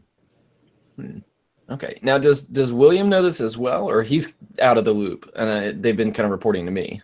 I imagine William knows all this, and Okay. he's actually told you that. Okay, So perfect. you are the confidant in this matter because you are the ancient expert. I'm sorry, the ruins expert. But the other two know. I mean, this is probably the reason why you were, your arm was twisted to come instead of just the money being good enough. So. Yeah. Okay. I'm going to go up to William since he was the one beckoning us in. Yeah. And I am dressed like a show magician, completely not appropriate. I have like the sequins jacket and everything like that, the top hat. I guess a real wizard. Yeah, that's right. And I'll walk up to him and be like, "Excuse me, so who is in charge?" I am. You. Yeah. Oh, yeah, Well, I sorry. paid for the expedition. I'm not one for introductions normally, but gang, this is William. He's the one who's contracted us. William, these are the people he told me to grab. I specifically remember requesting a trailer. Oh, it wouldn't fit. I see. You probably would have something similar. What was your strategy that was concerning wealth? I throw money at problems. Yeah, right. I think this is fair to say that we should probably roll that and figure out what you did. Okay. Yes, the first roll. Yes. Given that you would have had time to do this ahead of time, so I guess the easy question is, how would you have tried to, like, obviously this is, like you said, you couldn't just pull a trailer up. So what kind of what would you have done? So you could throw money. Did you just say like, hey, you figure this out? Or did you actually try to look into it, or you Googled it first, or Siri, put a trailer on my mountain for me. yeah. I like to imagine I tried to solve it myself. And maybe it didn't pan out that well. Well, the roll is going to decide how well it worked out. Okay. But I like to imagine I tried to set something up for him. Okay. We're going to go ahead and just say it's an imaginative use of, throwing money at problems, given that this isn't like you're the run of the mill. Like you're just like, hey, I need a trailer. Yeah. This is like, I need a trailer in the Himalayas that you can't exactly drive to. Maybe you could helidrop it if you had like an adventure helicopter that could carry large, it requires a lot of explanation. So let's see how well you did. So you're going to roll both dice. One die will now be for your strategy, which is you're throwing money at problems. The other die will be for your soul skill, which we've determined is imagine. Okay. Colin is removing his spectacles and wiping them with a handkerchief. All right. I did not get my imagine, but I did get my wealthy. Okay. Now, the only other thing you always want to look for is make sure if you ever roll doubles that I need to know. Okay. So 6 if you and roll 5s. 2 3s or 2 6s or anything like that. Okay. So you got one success. Yeah. That's otherwise the only thing I need to know. It doesn't matter which ones. Okay. And that means that you would succeed, but there would be a catch, right? You would have got something here, but obviously there'd be some problem, some hitch. Now, before that comes about, you can use the tag that may help you in this situation. Reroll the die that failed. So would any of your tags help you in this situation? Beyond throwing money at problems. Yeah, that's your strategy. So look at your tags. See if any of those traits about your character would have helped you do this better.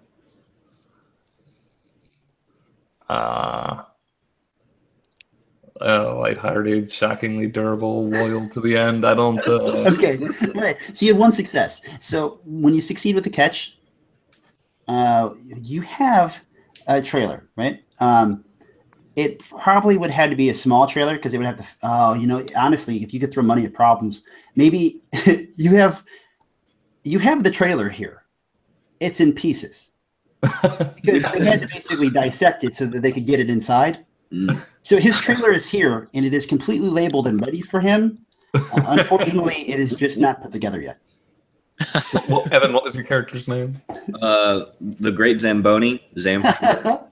Well, the Great Zamboni. We actually do have what amounts to your trailer here. I don't see it. All I see is junk. Well, okay. Look over here. See this this makeshift wall we put up? That's part of your roof. And I think those crates over there have the toilet, but I'm not really sure. Gotcha. As delightful as trailer talk is, I believe we were tasked with something. I'd love freezing my ass off up here, but I don't. A man comes up. His name's Javi. Javi, William, is your guy who basically is the contractor you had who was leading the dig that was here before you. So he is your sort of right-hand man on the situation and with the workforce. Okay. So he comes up to you. He's middle-aged, a little later in middle-aged, in his 50s. A shorter man, kind of a war-torn face, mostly bald, with a sort of a thick beard. But he looks like his eyes kind of recede into his head. So he looks like a very serious, stern fellow. He comes up to you, kind of rubbing his hands together. So looks like your counselors have arrived. Are we ready to proceed then? Yes. Where can I put my effects? In the trailer. And as he says to a random crate. He says that Colin, Dr. Higginbottoms, whips around this like comically large, like almost as big as he is, like satchel. Just a bunch of papers sticking out of it. So as you do that, he looks over basically, this man is eyeing all of you and trying to gauge what he can surmise about each of you. And you can all feel like you are being deeply measured. You can only imagine what he thinks of William. Okay, William, do you want to take them down to the site? Yes, you can leave your things right anywhere. They'll be there when we get back. William, what you know of the site is that basically further down there is what we, for lack of a better term, ruins. But there was some sort of a walled sort of city, for lack of a better term, that was here. And by city, I mean like small, like town or village. But it had a wall to it, some large buildings that are all obviously very, very old. And the remains are mostly broken and battered. There's a lot of skeletal remains that somehow have been sort of kept. I mean, they're bones, right? They're not like skin on bones. Yeah. So it can be a bit of a gruesome sight as well, just for people who aren't used to it. And that's kind of where you'd be going. It is kind of like a long, narrow part of a city that's kind of somehow not covered in the mountain range anymore, that leads to an area that has this sort of book in an old, like, library-looking place. The book obviously was left in some sort of way of note, like on a pedestal, so of wood, and it's not like some like majestic pedestal, but it was obviously placed that made it noteworthy, which led people to mess with it, which then caused the problems. Okay. What you know of the problems sound like traps, sound like people say words, and the words themselves cause issues like arrows or bolts or floor panels to move, but these aren't things you know anything about. So they could be supernatural or they could be well crafted. It's hard for you to say. Okay. So far, 4 men have died. As we're walking down, I'll go ahead and say to William, then I'll just be like, so any other interesting developments when we were en route here? What was the last thing you heard? Well, I heard that there was considerably more room on the mountain since the time we left. In that we discovered these large ruins, or? Well, not to get into too much, and I'll kind of like try to quiet down and say it more directly to him. I'll just say, I mean, no one's going to be fighting over the trailer. Yes, that also happened. I think 2 more since our last correspondence. I'll kind of look over my shoulder at this point and see if the other 2 are paying attention, if Dr. Higginbottoms or the Great Zamboni. What, did they quit? I mean, in these conditions, I can't be surprised. They quit in a certain way. They're not getting paid anymore. Higginbottoms, you look like a man who's read a lot. You ever Dr. come across any? Bottoms to you, sir. Well, He fancies the title. fair enough. I didn't spend 8 years at school to be called Higginbottoms or Colin, please. Did you spend 8 years at school to find out how books kill people? That Any of word, you- I beg your pardon. kill, and that sentence kind of deadens the volume in the room as everyone pauses. I imagine the two in the back probably even stop for a second. And as you respond, this is the first you've heard of it. Yeah. Well, while I respect the man who puts in a lot of work, and trust me, I do, because I try to put in as little as possible, this book is not going to care if you're a doctor or not. It's been killing anyone who's investigated it. It's worth mentioning at this point, not something that anyone's thinking about currently, but the helicopter isn't safe to stay there for long periods of time. So the pilot will leave that helicopter, come in, warm up, get back on the helicopter, and take it away until he's called back. Gotcha. So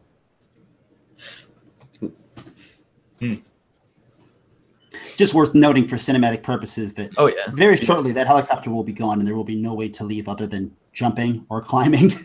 Sure. Probably 2 days or something like that. Yeah, I'll let the words settle out, and I'll just kind of look over to William again. I'll just say, I mean, please tell me in exploring the rest of the rooms that you found something a little bit better than just a tome that kills people. I mean, it's interesting, but... You're seriously saying that a book is killing people? Well, not the book. The words.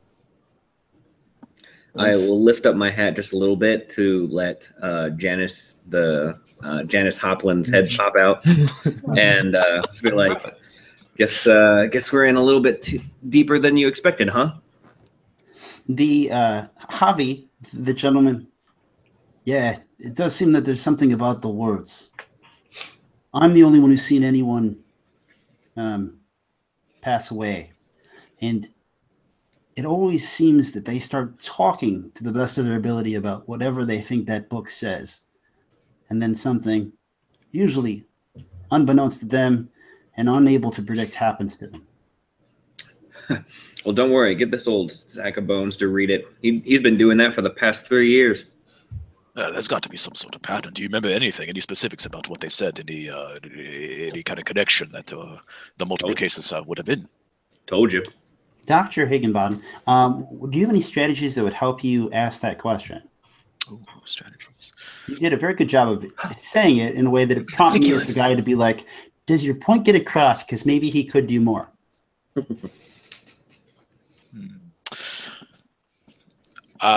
Perhaps being skilled in paranoia, trying to think of every possible conclusion that could come to this? I don't know. Of course, yeah.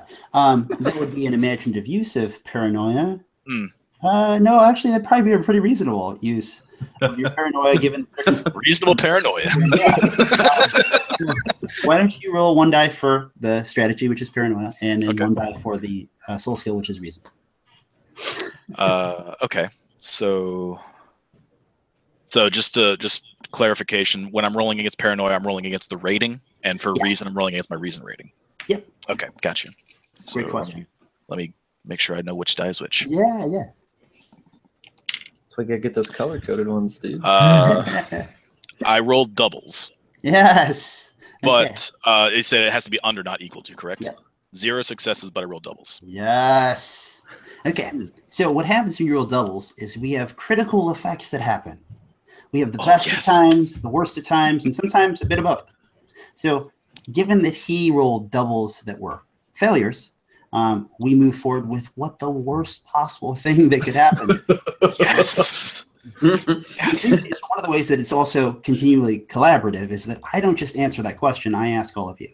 So the first thing is, obviously, this was rolled by Jacob, so I'm going to ask Evan. Evan, what do you think the worst thing that could happen right now, given that he was trying to give more information that might get Javi to explain something that was missed? Something about these words or the situation that caused people to die. So he's going to explain. And don't feel limited to that. Feel like anything you think could be one of the good reasons why, one of the worst things that could happen due to the situation. Maybe he tells him the wrong thing. Maybe he trips and falls, or he hears the wrong thing, or he breaks his glasses when he asks the question. Sure.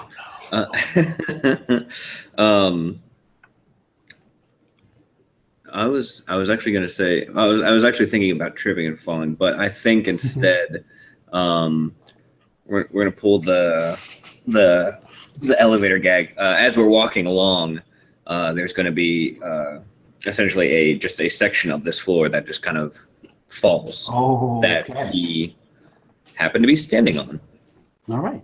Now, what we're doing here is everyone's pitching ideas, and then I will take the best of it. So, sure. Does somebody else have something? Yeah, I think with him asking about the book, nobody really fully understands this book yet anyways, but strange things happen when people are even just discussing the book. Not as bad. I mean, people don't die, but because he's getting into the book and we're getting closer to it, like some weird kind of occult shit starts happening. Awesome. Anybody else? I was thinking something very similar, like just speaking about the book, like we just feel like the mountain rattle, and Javi starts talking backwards. Us. Yeah, Javi's talking backwards, but he thinks it's completely normal. Wow. Either of these options would do wonder for my paranoia. For sure. Yeah. So, and what do you think, Jacob? Obviously, when it's failure, I usually side with everyone else or me more than you. But everyone gets a say. Obviously, if you succeed, then I side more with you. Yeah. I like the idea of my kind of almost obsession over the book triggers something with the book. I like that a little bit. All right. So, as you're walking, talking about the book, Javi, of course, you're just walking and talking. So you kind of describe like, hey, what have you seen? What else has been there? And you're getting him, you're kind of triggering some thoughts. Well, what I do remember is it seemed like people talk backwards when they read the book. It isn't some language that I understand, but somehow they seem to understand something because they're speaking something that sounds like words. And these are plain people, plain men. They're not educated men. How could they read some ancient language? I can't read Chinese. I don't know what the book says, but it sounds something like speaking backwards. And you say? Most intriguing. You can't help but as he says that, start thinking about words being used backwardly. What words would come to your mind, given that you have this sort of paranoia as you walk kind of in this sort of like a frozen city, frozen ruined city, very narrow and cavernous? Probably think of something, I don't remember the term for the words, but the words that read the same backwards and forwards, like radar and race car. Palindromes, thank you. That would probably cross my mind. That I would probably think of being hit with a chill wind, and I'm thinking of ice, tundra, chilly, cold, and I'm starting to assess those words backwards. Do they mean anything? Am I going insane? At that moment, everyone feels a bit of a shake, as it seems that the floor itself is shaking like there's an earthquake. It's very strange to think of an earthquake out in the Himalayas, like way up in a mountain range. But something very similar seems to be happening as, little pieces and stalagmites begin to fall from the ceiling. Very small at first and then larger. As this happens, I imagine each of you would be alarmed to some degree. Evan, what would you do? I would... Stuff was falling from the sky. I would make sure that my top hat was secured on my head. Sure. And then I would just kind of like duck down and try to find a section where nothing was falling down on top of me. Okay. What about Nathan? What would Nathan do? Nathan's going to keep just trying to trudge on forward, like taking everything in, but I mean, shit's going to happen. So just got to keep trucking through. What about William? I'm going to try to make sure that that if anything's, I'm going to look up and see if I see anything's falling and try and make sure nobody gets hit from above. What could go wrong with that? All right. So as you try to make sure that no one gets hit, you begin trying to move people. I guess you'd push them, maybe? What would you do? Yeah. Okay. You know, a gentle shove into the wall. Unfortunately, when you shove the old master, basically, the old master slips. And when the old master slips, he hits the ground and it breaks as brittle ice, like as if it was over a pool of water.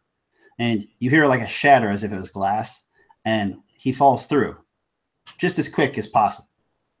And you see a hole, but you don't hear a sploosh or anything like that. Well, it's great playing with you guys. Jacob, you find your character, Mr. Higginbotham, the good doctor, falls through the shattering glass. And when you land, you land on a hard surface. What's your body? Oh my! How? Score. Your My body score. My body score is 3. Okay. Please take 2 points of damage to your body. You hit the ground. You must have fell maybe 10, 12 feet. Completely, like you just fell backwards. You just slipped down a banana peel, like fell. So all you could see was the ceiling as things were falling, and fell backward, reaching forward, maybe grasping on your belongings, and then hitting hard on a sort of hard surface below. You find yourself looking up at a cracked hole in the ceiling, and otherwise in what appears to be a lower level of whatever this city ruin is, beneath like a thin layer of like what looks to be ice. Oh, good heavens! You all right down there? A little banged up, but I believe I'll be okay. Sprint over to the edge and like try to start surveying it. And I'll just look over to William. I'll just be like, Jesus, William, are we sure it's just the book that's the problem? I didn't want him to get hurt. Well,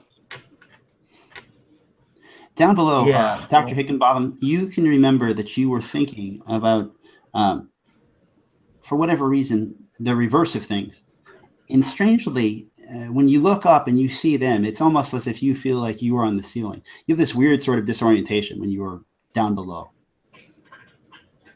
I'm gonna start taking like some climbing gear out of my bag, like trying to set up to go down there, and I'll just say, I mean, what's it look like down there? Is it okay? Do you feel safe enough right now? What do you mean down there? You're down there. I just kind of look Wait, to everybody else. I just look.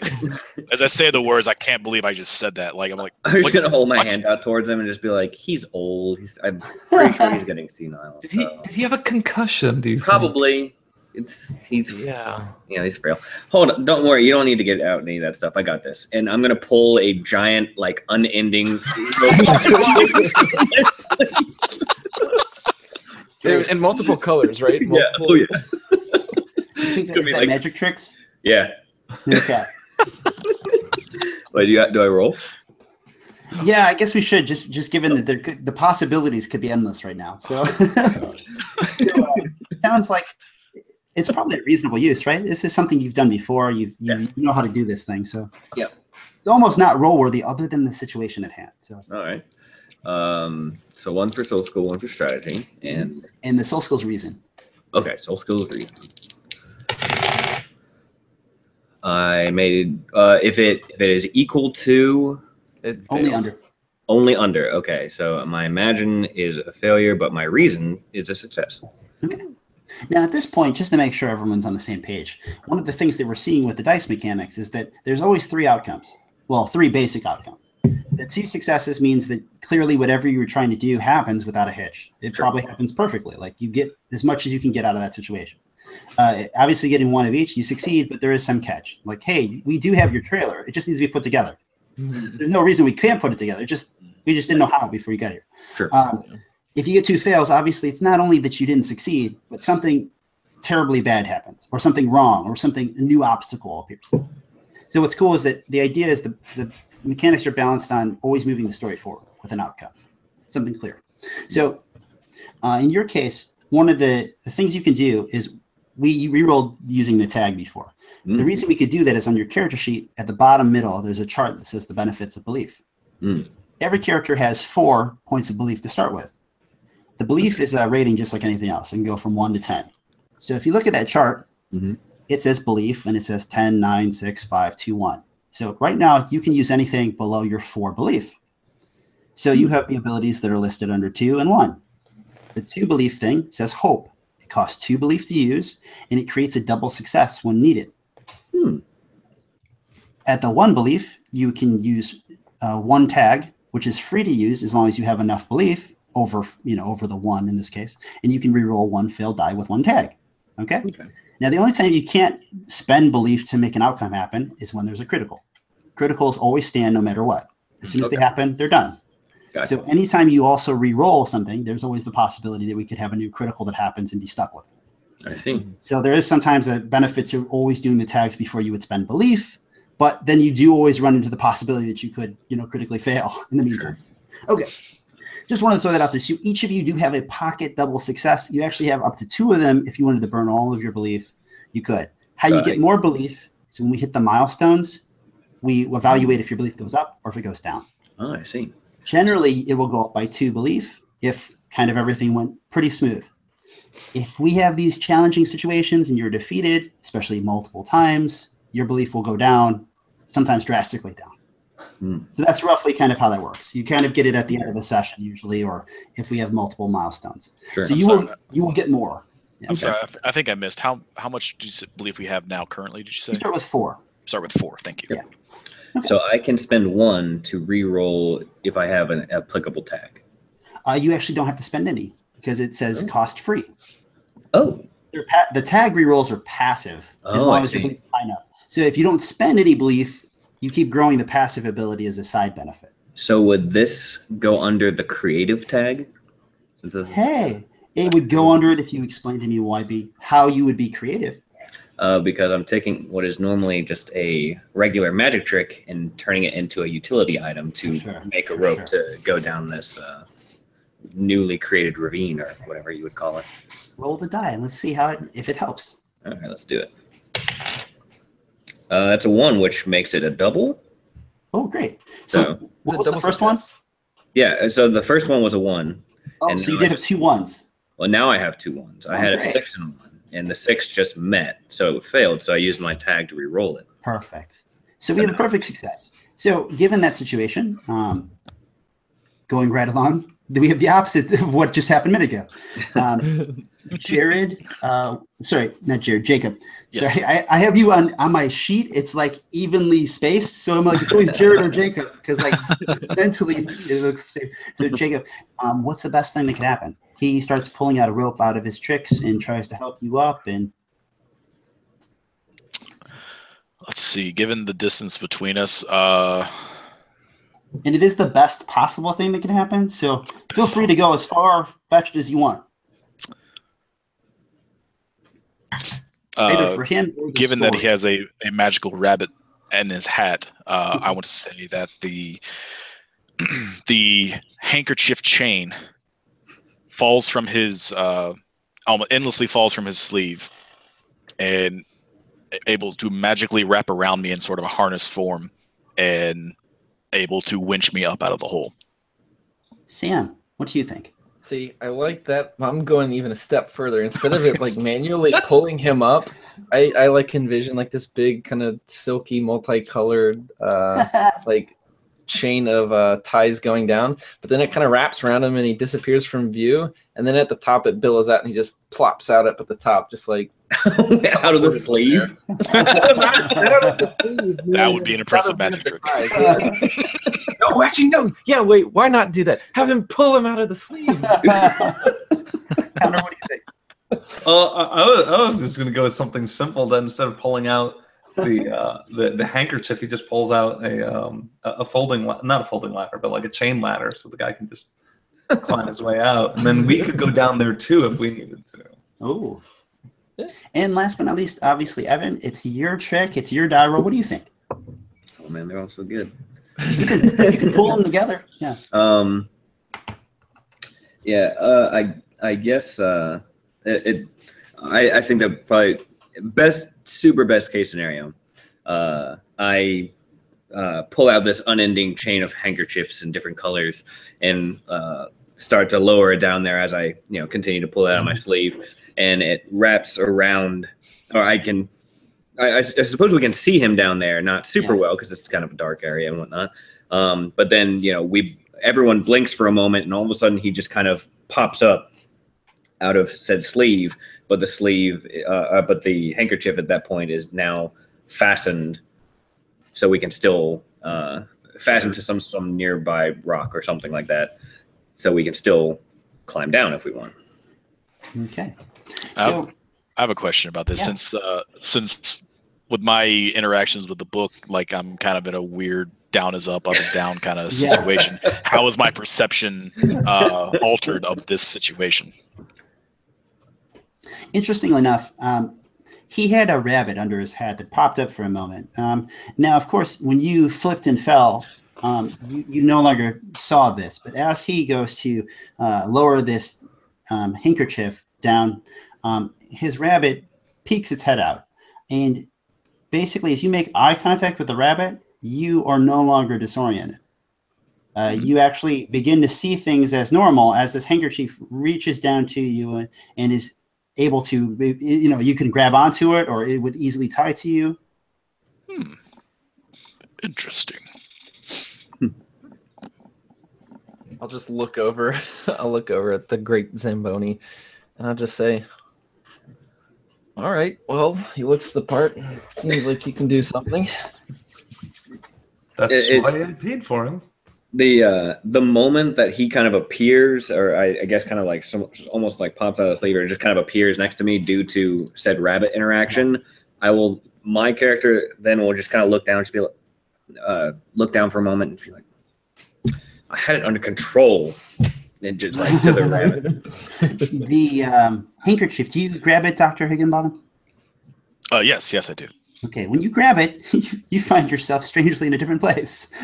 as you come to above, right next to your friend the magician, as if you were a part of some strange trick. Though, given your orientation and that you saw the rabbit for a moment and things were also disorienting, it's hard for you to even tell if that was real or just a moment of fiction in your mind, as you were obviously fell and brought back up.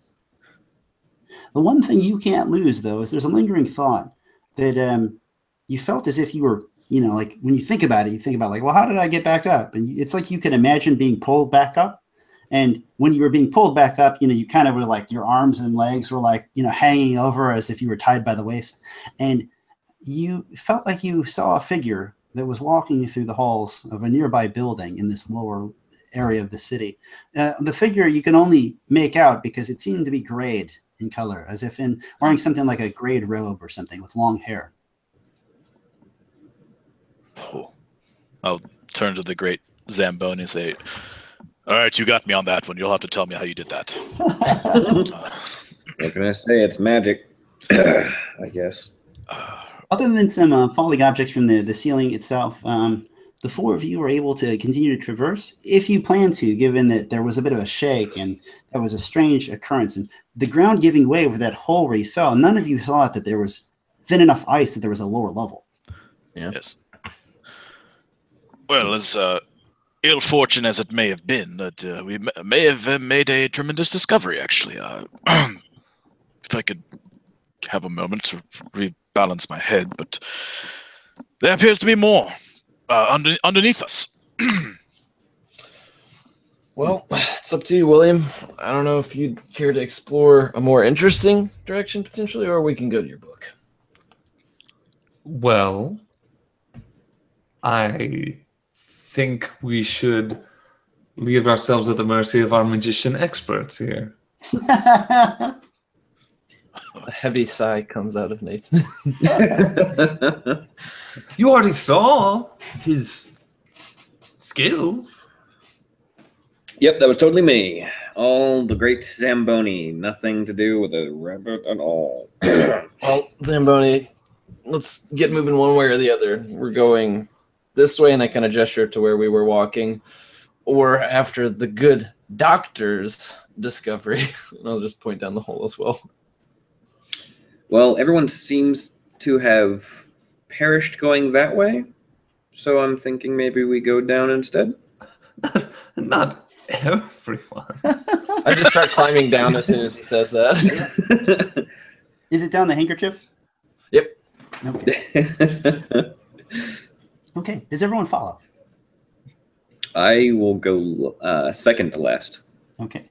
The good doctor probably is somewhat confused of, you went through the effort of bringing him up and now he's going back down. I must say I'm idea of going back down there, but I suppose it does warrant further investigation. I mean, if you don't think it's good to go, then we can just go back down to like Death Alley over there. Let's go down. Let's go down. Yeah. Okay. All of you go below. Down here, it's interesting in the way that like the above looks a lot like sort of like ice that looks similar to glass. Not that it's transparent, but when there's ice that's thick but almost transparent, but it's obviously dulled inside. So you can tell that it's not see-through, but it's almost semi-translucent. A lot of it though has darkness to it that is obviously what was from above, making it look like solid ground. So there is obviously like a dark black ice nature to a lot of it. But you look throughout this area, it looks much more as if this was obviously preserved in ice almost at a time. So it is definitely different than the level above, which seemed like cavernous ruins. This feels more like a city in ice. Again, very narrow, so you can kind of see like parts of the buildings, but now the buildings on this level look much more intact. Obviously, they didn't have the tunnel issue and the erosion that was on the higher level. You feel as if you fell through that glass and now you are in a semi-pristine section of the ruins that was obviously a lower level of whatever that city was. Doctor, you can't help but think of the strange image of the figure that walked past. Yes. Though you don't know if that was a hallucination of your mind, given that you do have moments of paranoia. I'm hesitant to share that information, but if it will further our cause. The good news is there is only really one way to go, and that's forward, as you're kind of at the end of a one corridor that would lead. Yes. I'm not quite certain of what I saw, but do you have any of your men down here, William? Well, you didn't know of this place. No. We haven't. I could have swore I saw one of your excavators down here when I fell. I thought maybe there's another entrance to this place. If there is, I don't know of it. Very peculiar. Which way was he going? That way. The only way we can go. Well, seems like a path set in front of us then. The figure did walk through the buildings, though. You saw that figure walk in that direction, not out in the open, but as if it passed through buildings. Ah, yes, it is further up that way. Seem to be walking in between. Yeah, well, before we get too much further, if there's somebody nearby, I'll start taking out some kind of heavy glow sticks in my bag because it's dark, and snapping them and then handing them out, just kind of for nearsightedness. I'll give one to everybody and just say, we don't want to be caught off guard by any more surprises. Evan, your rabbit is getting rambunctious in your hat. Dennis. Stop. What are you doing? Nothing. Did you leave the handkerchief in some way that you would climb back out? Yeah, it's just left there. Okay. Magically draped. Yeah, I'm just gonna pop just kind of tap my top hat every once in a while. I'm just gonna be like, stop it. Trying to be somewhat discreet, but obviously not being very discreet. Certainly. Yeah, William, he's kind of got a rabbit-tooey thing going on. Just ignore that. Okay. I'll try. Ratatouille, the movie. You ever seen it? It's with a rabbit. Rabbit. Every magician pulls a rabbit out of his hat. I'll see what the problem is. Pop. But aren't you a wizard? Sure. Good. How much are you paying me again? I don't keep track of such details. Perfect. Yep, I'm a wizard. So Javi at this point has moved on further past the rest of the group.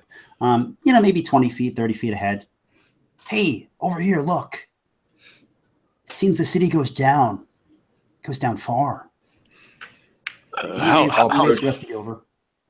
Yeah, I go over there. We'll scope it out.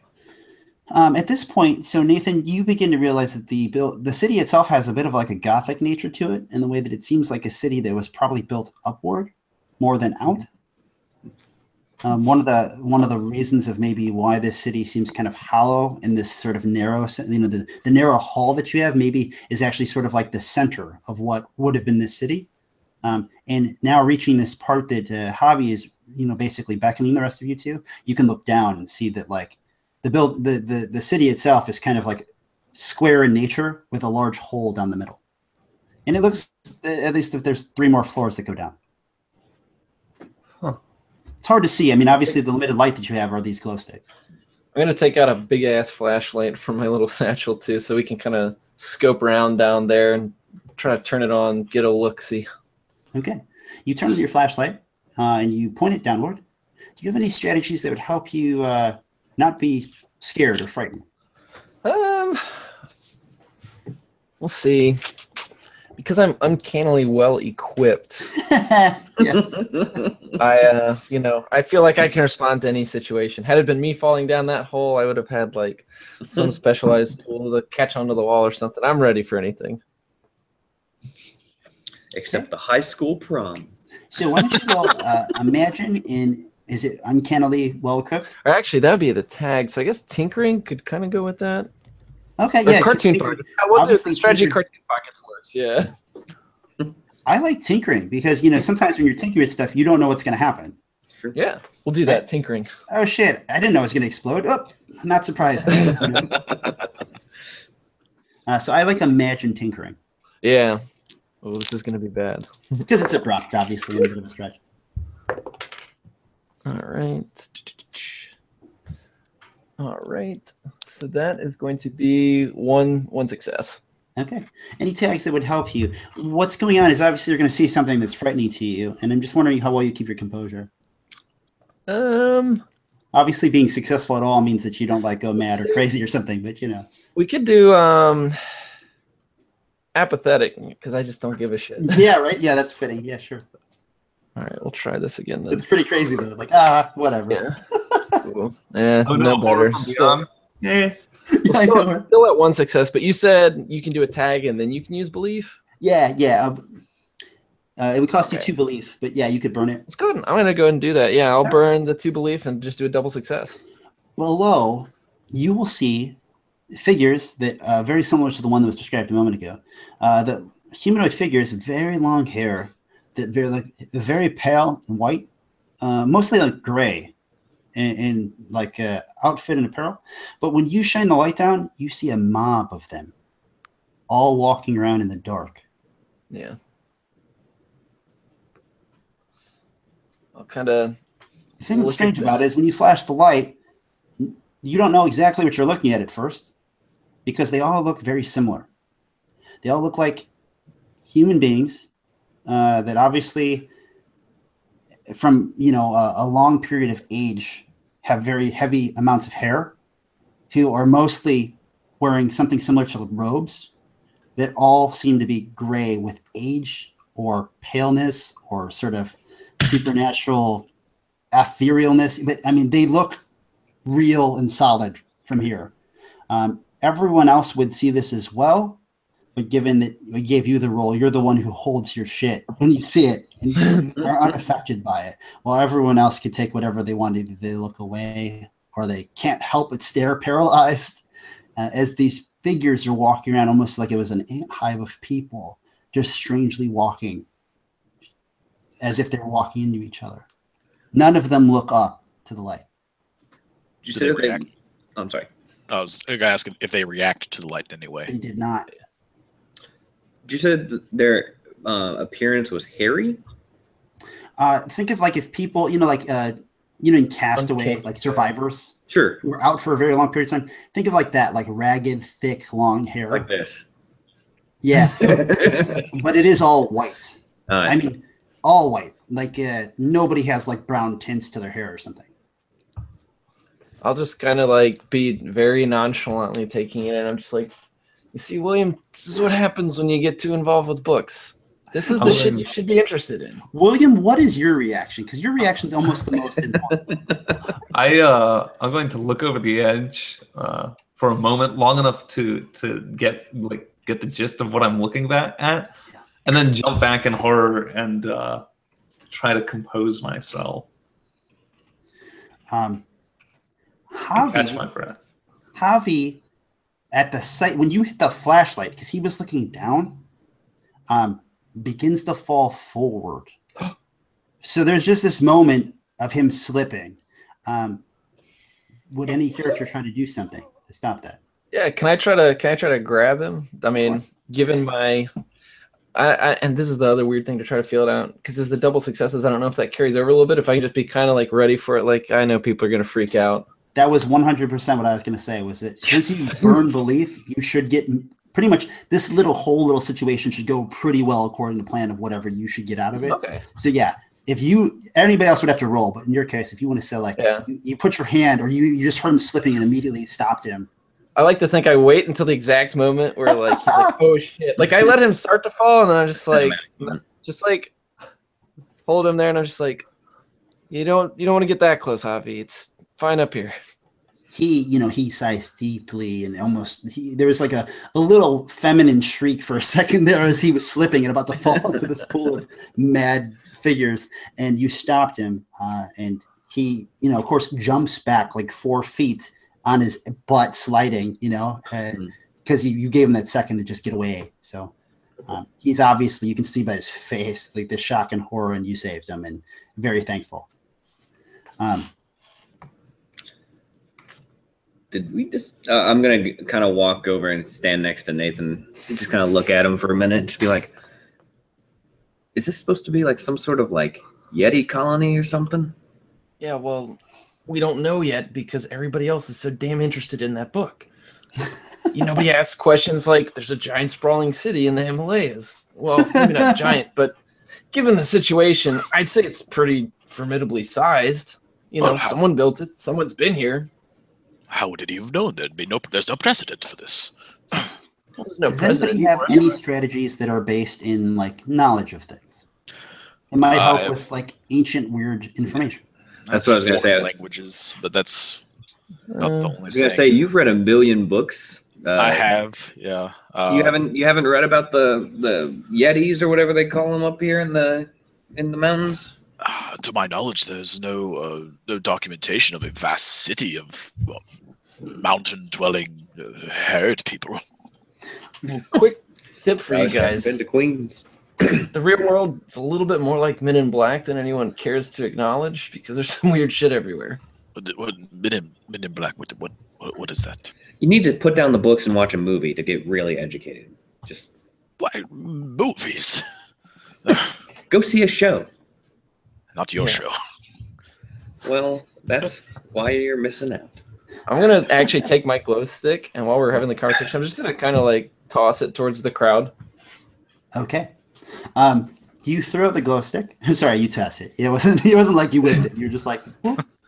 I just kind of like have the light, even though it's a glow stick, I'll like follow it on the way down just to scout it out and see what's going on. Throwing the light stick, you see that there are more of these figures on different floors walking around. Not a pool of them like there is at the bottom, at the base, in the middle. Which, like I said, is almost supernatural in the way that like it's staring at something like out of a horror movie in the way that like there's no reason why there'd be that many people all walking, all like in a thick crowd trying to walk around amongst each other and would pay no attention to the light. But that happened. You throw the stick, and the stick hits someone on the top of the head, which gives you the factual knowledge that they are solid and real people. And when it hits the figure makes some kind of weird yelling noise, a lot like an animalistic shriek, but out of something that's humanoid, right? Spins and kind of like pushes the figures next to them, showing that it has human arms and hands. Though the nails look long, it's hard to make that out why if they're, not fangs, but, claws. You can't tell from this distance. But and by doing so, it kind of aggravates other individuals, but the figure looks up at you.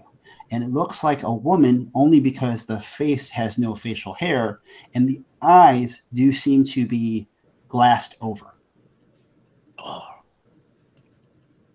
So it looks in that direction, makes a weird sound, kind of panically swings, and making the other figures start to disperse. And some of the others look towards her, for lack of a better term, but the others don't necessarily look up. She's the only one that looked up. She was the one who was hit in the head. I'm just going to kind of follow, spotlight on her. Yeah. To see where she's going. I'm just going to say, yeah, William, I don't know. You guys want to look at the book? I feel like this might be more pressing. I mean, as long as you don't read the book, you're good, right? There must be some connection, though. They're directly under it.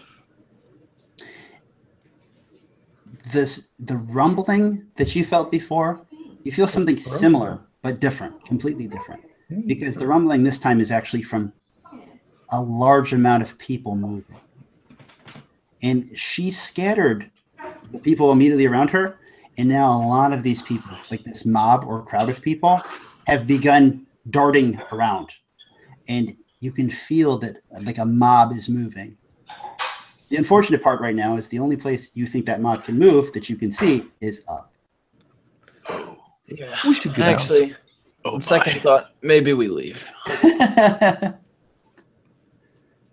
I'm just gonna start kind of slowly backing up while watching, and I'm gonna start scouting around, trying to see the nearest place they'd be able to get to us to see how potentially in trouble we are. Yeah. I pull out my totally real gun.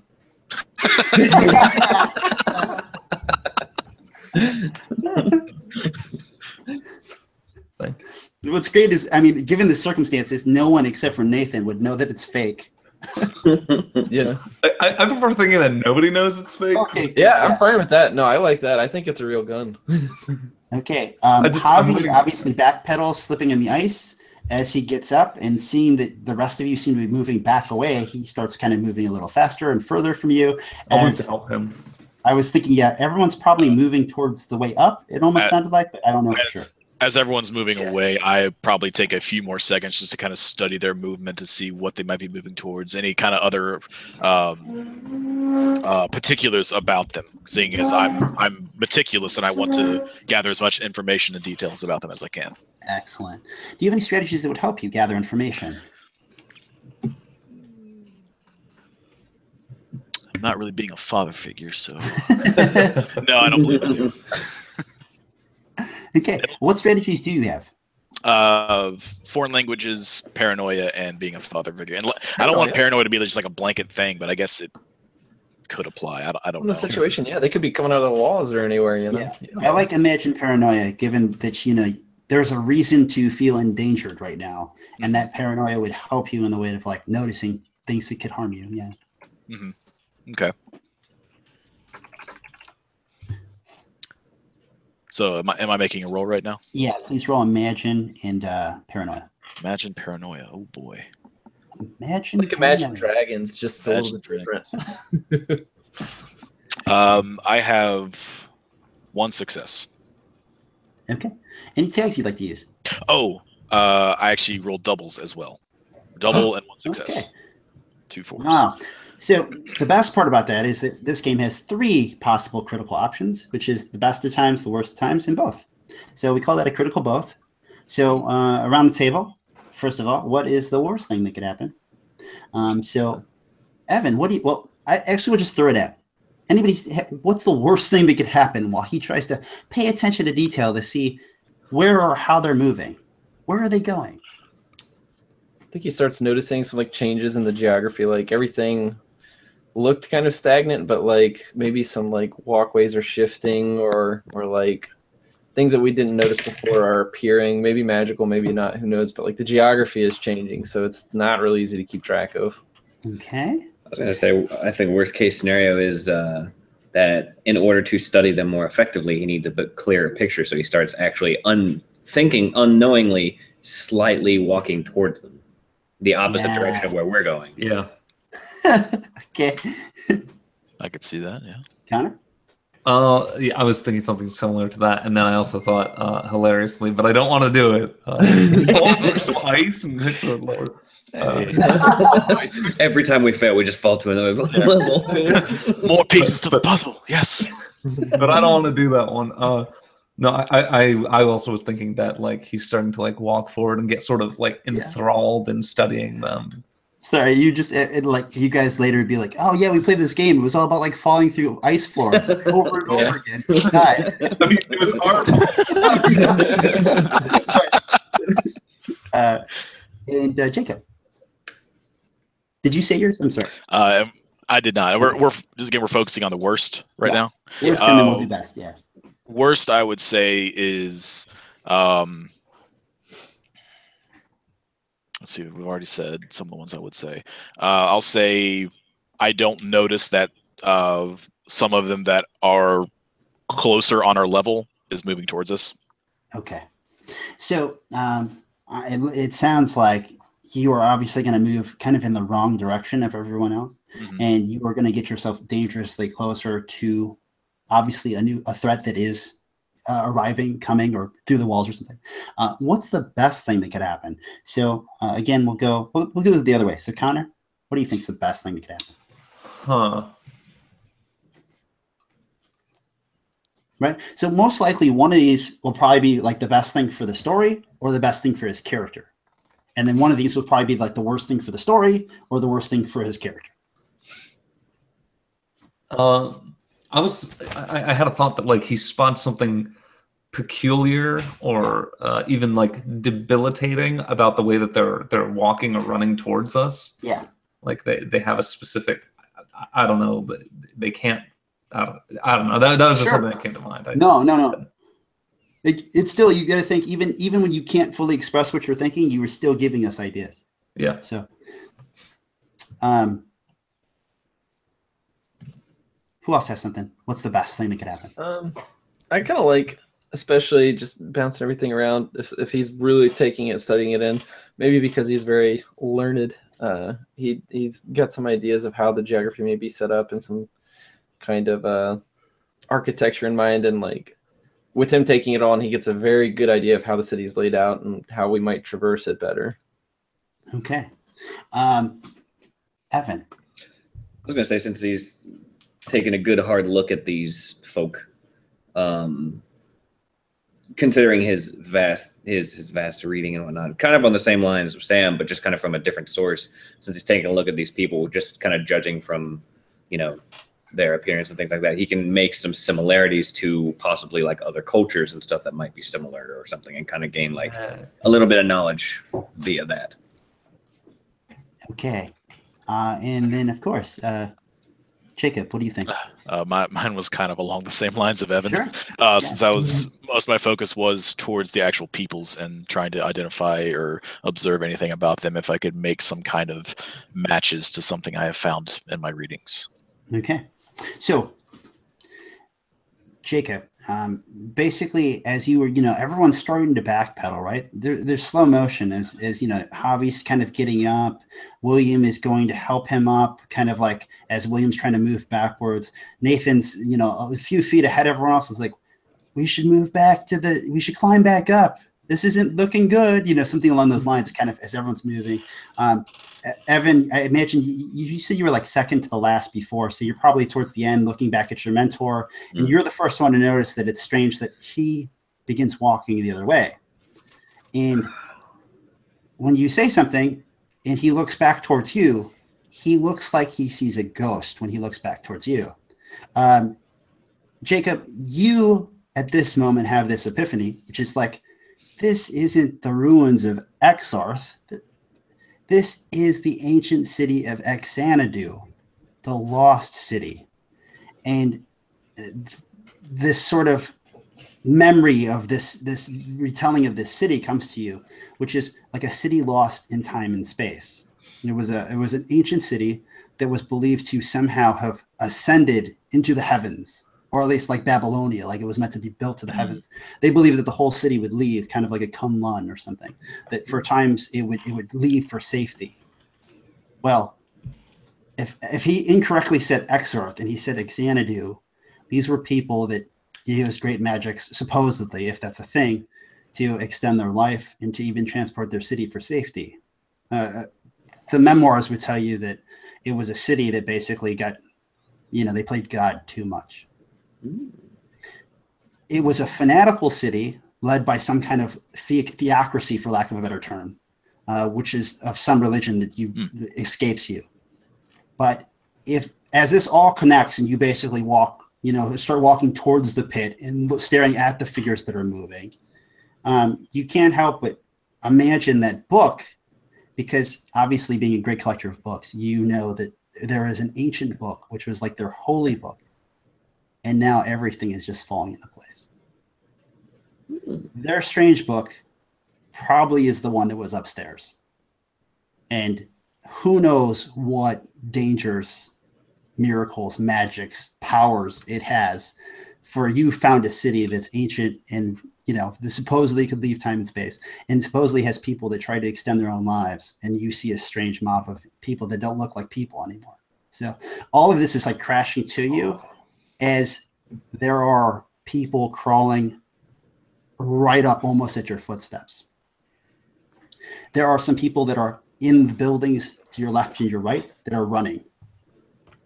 So there's a little bit of like 28 days kind of going on. Yeah. As you were having this sort of epiphany in your mind.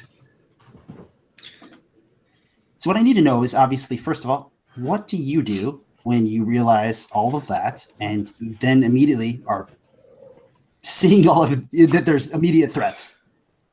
Snap back to reality. Whoa. There goes Brandon.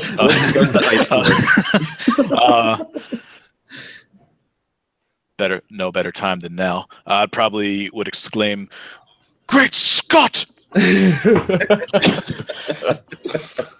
This isn't Exarth. This is the lost city of Xanadu." I'm sort of exclaiming. I'm not really checking the volume of my voice. Not realizing now that these people are probably attracted to sound, but I've begun just like bubbling fountain over of just like just regurgitating knowledge and stuff that I've read of like, this is, of course, this makes perfect sense. These people have been here probably hundreds, eons, maybe. I don't understand how they would have prolonged their life. I'm just kind of rambling nonsensically. Sure. I don't think I would have noticed until almost too late that people are starting to rush towards me. So since I saw him just kind of like walking towards them, can I kind of like have been basically realizing that he was going to get wrapped up in there and like kind of heading towards him to be like.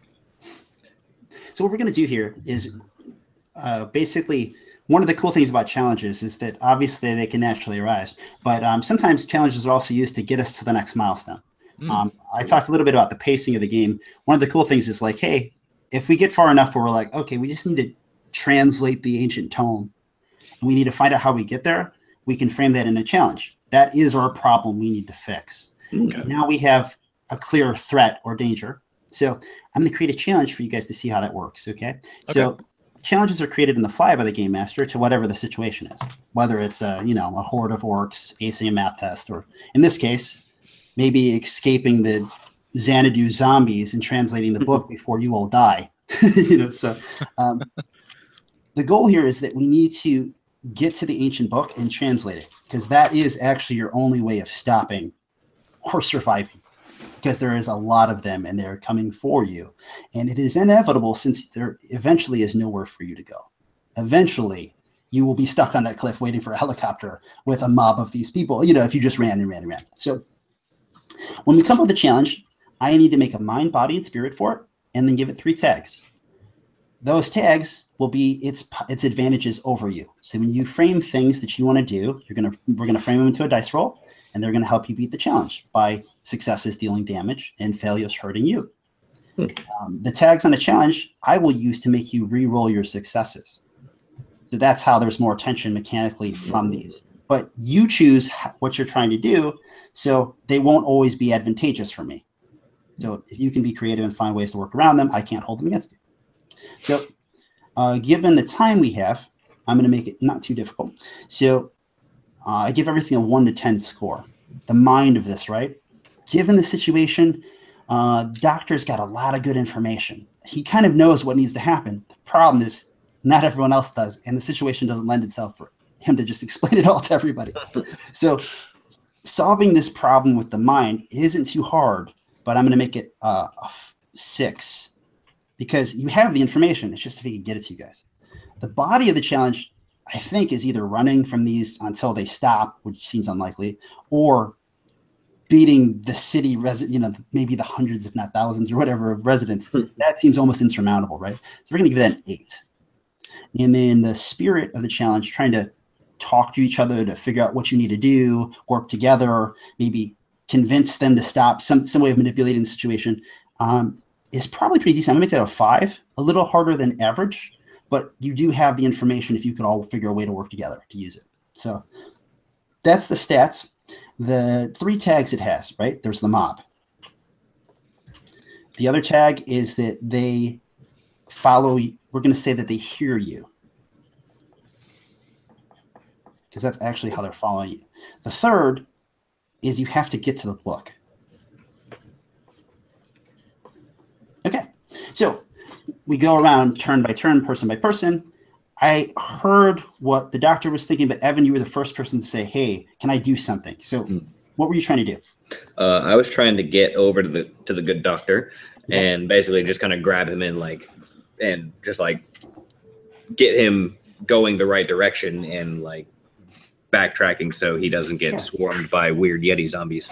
It sounds like you're physically trying to grab him and pull him. Do you have any strategies that help you do that? Well dressed. Oh, Dasher. No, I do not. Do you have any strategies that would help you more broadly? Like, what strategies do you have? I have magic rabbit, magic tricks, and performance. Okay.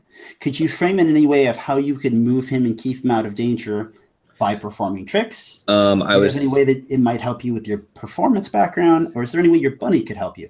I think that I could run up and in my magician's outfit with all my props and things like that, I could basically throw out some little flashbangs kind of a thing, just kind of like, bah, little smoke clouds and stuff. Yeah. Just kind of throw it in front of the good doctor to kind of just distract for a moment as we make our ninja getaway, kind of. No, and it's very fitting because maybe what your character doesn't know yet, but we know as the players, is that they're actually following your sound. Yeah. Cannot see you. So you throwing noises actually would throw them off.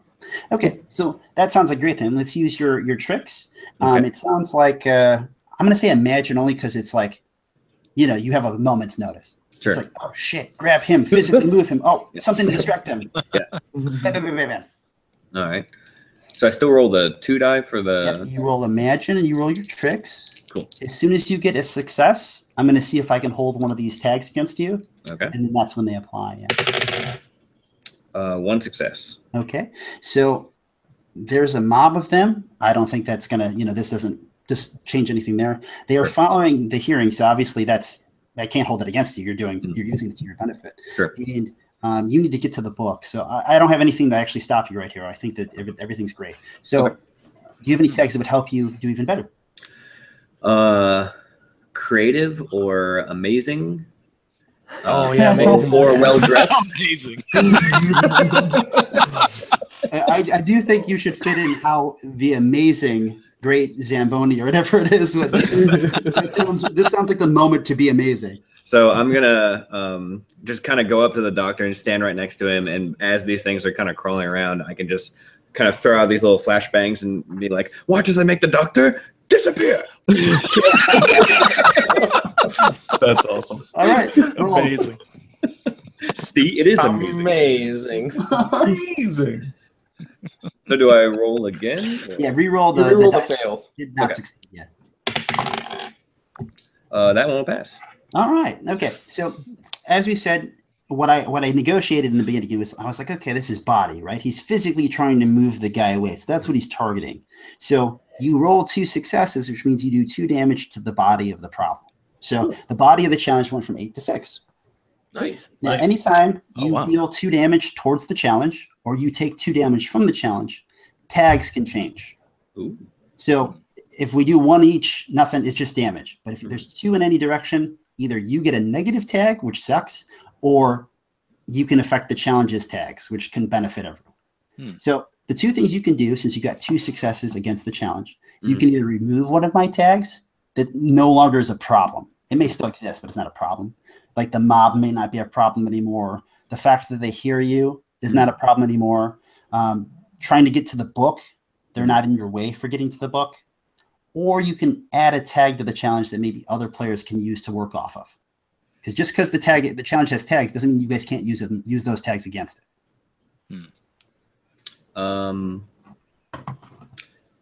Interesting. It's generally a benefit to take the tags off of it because then I have less to work against you. I see. Unless you think of something that's awesome, like we need a green beanstalk, and then everyone's just climbing it through the ceiling, and it's Right. Yeah, great beanstalk pops out of your magic puppies. Yeah. I think I'll take off the I guess the get to the book. Like we don't so we don't have that much in our way of actually getting there. We're just kind of doing more of the running away from. You throw the sort of like bam, bam, bam, bam fireworks, and you have this amazing moment, which garners a lot of the attention of the mob as they all kind of begin to converse or whatever, get to that location, but they are not going every which way, which is helping not limit your choices of where to go to get back to the book. Cool. Nice. Okay. Next, Samwell, what would you like to do to help us get to the book? Well, let's say because I am... All right, I'm using my strategies here. Yeah. We'll say I've got something tinkered up for just this. Nice. Actually, no, wait, not tinkered up. We'll use my cartoon pockets just with so I pull out what do I want to pull out to help us climb up to the top of that real quick? We'll say I beat them to the ladder and I just like set up this kind of weird assisted climbing, like maybe an extra rope that they can use to climb up faster behind me. But I'm just climbing up and it shoots out of like a back pocket of mine that they can use so that we can all climb up really fast and like safely. Sounds like Imagine. I mean, obviously, because you're doing it so fast. You don't have the time to like dig through your bag for the right thing. You're like, I need something, but hopefully to help them while I'm going up. All right, we'll do that. We'll see.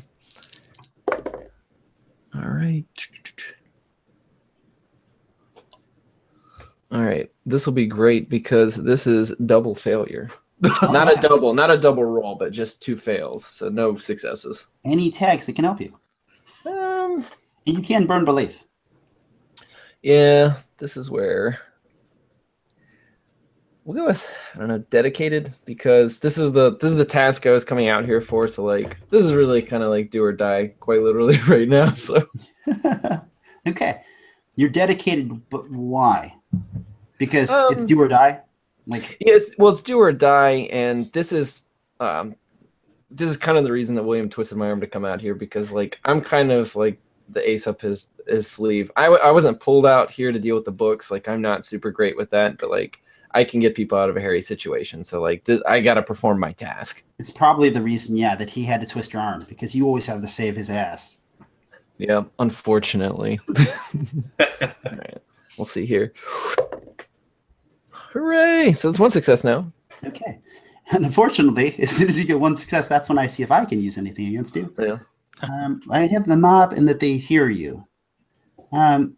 Given that the distraction kept the mob away, you're fine. So you get 1 success, which means that this, again, is a body thing because you're trying to get everyone up quicker to the location. So movement, right? So the body's down to 5. You also take 1 point to your body. Basically, in your haste, you probably are basically running, slam into the ladder, climb up as fast as you can, sprain a finger, and then get up to the top. Okay. Okay. Connor. All right. So since I'm shockingly durable and I'm very good at taking a hit, I was thinking that I'm just going to go stand at the bottom of the hole and try and have my hands cupped together and help kind of just throw people up higher so they can get out of here faster. Sure. Okay. What strategy would help you with that? Oh, am I taking a hit is what I was thinking, because they're going to be running into me and then I'm going to be throwing them up there. Yeah, sure. It sounds like reason. Yeah. All right. I can You get into place. You set a pattern as they come up. Like, come here. It doesn't sound like even if they start climbing the ladder, you're just going to kind of try to push them up. So. Yeah. I want to stand like back to the rope so I can just they start higher so they don't have to climb very far. Yeah. Yeah. 2 successes.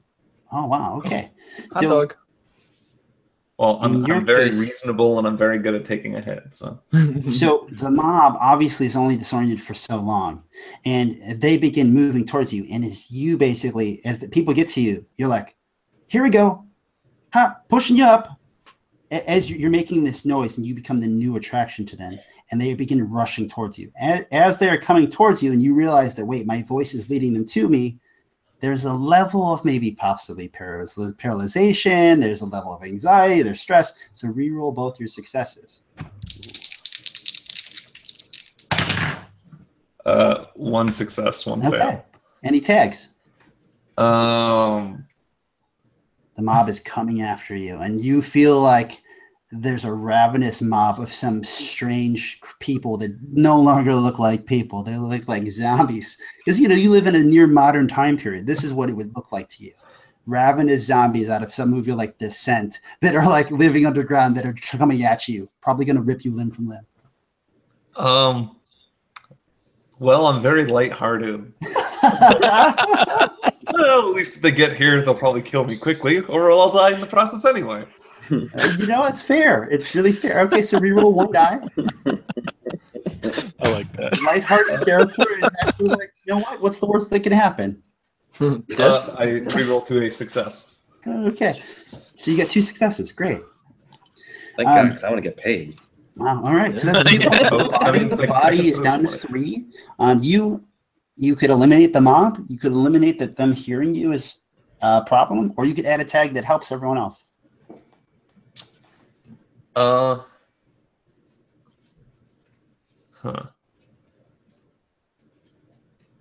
trying to think of a tag to add. Nimble. Yeah, and you could say because we're moving quickly that we're outpacing them. Yeah, I was gonna say like outrunning or or they're distracted. Maybe I don't know. Well, I was thinking more that we've got a moment to like take a breath and like focus rather than rush through what we're doing. So gotcha. Okay. we got a head start. Okay. It's very fitting that, obviously if you get the last person up the ladder and all of you up there, you pull the ladder out of the way, right? There's going to be some time there that you have. Yeah. Where did they come from? You don't know. You saw some climbing, so they'll get to you eventually, you imagine. There's probably some way through the city. But yeah, you'd have peace for a moment. What do you want to call it? A reprieve? Yeah, moment's respite or something like that. Okay. Momentary respite. Momentary respite. All right. Okay. Jacob. All right, so we are. So with Connor's action, we're all out of the pit essentially. Yeah. I Now, don't know this Connor you're talking about, but I Oh, sorry, William. so My apologies. how challenges work is, there's nothing that stops players from using them in any way they want, as long as it doesn't like foul up other players. Like you could say, all right, now that we're out up top, we run to the book and I do this. Okay. Just as like Nathan with tinkering could be like, I'm going to use tinkering because earlier today I crafted this and put it in my bag just for a situation like this. There's nothing wrong with using time in a way for players to narrate their scenes as long as it's cool with everyone else. Now that we actually, since William's actions bought us a bit of reprieve, I'm going to rifle through my comically large satchel of books and notes on every detail I can find about the lost city of Xanadu and any anything that could help us decipher the book. Okay. Now, you had mentioned that you left it or you removed it up earlier. It is a belonging of back at the yours. base camp. So you could conveniently have a few books and just so happen to have the one you need. Okay. So you reach for your satchel and go, oh shit, it's not there. I left it over by the front. And then realize maybe that you have a secondary satchel or a backpack that happens to have a few books in it. A pocketbook. A pocketbook. Literally. It's a satchel. How would you like to go about that? Indiana Jones has one. Yeah, Indiana Jones wears a satchel. Yeah, I in my special reserve satchel of super important books, I happen to have a tome that I've picked up about the Legend of Xanadu. Okay. And I'm reading through it to I don't find some sort of key importance that I need. What strategy would help you gather information from this book? Probably as you guys are. Do you stop to read it, or are you moving? I'm not as physically capable as I once was in my old age, so I probably would have taken a brief moment to study it. Okay. What strategy would you use for this?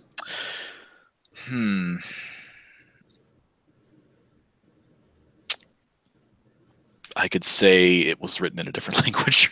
Yeah. Yeah, it was written in an older language that I have studied. So I'll probably use my foreign languages. Okay. Given the time constraint, I'm going to say it's Imagine. Okay, that's fair.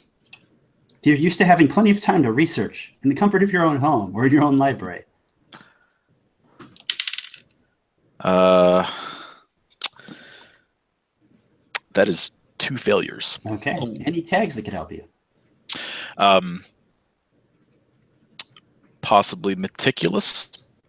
Okay. Or I don't know if that I'm meticulous or overcautious. No. You also have your belief if you want to burn it. Do it.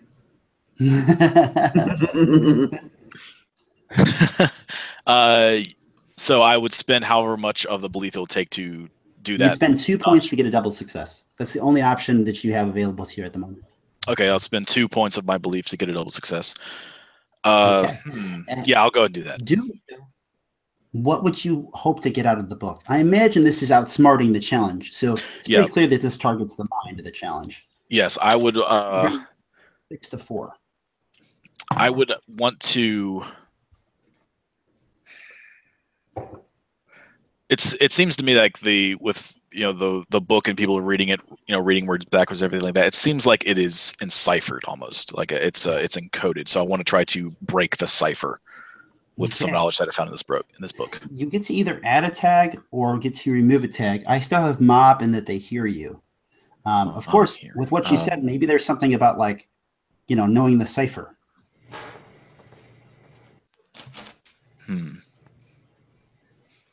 I would add. I think it makes sense to add a tag in that. The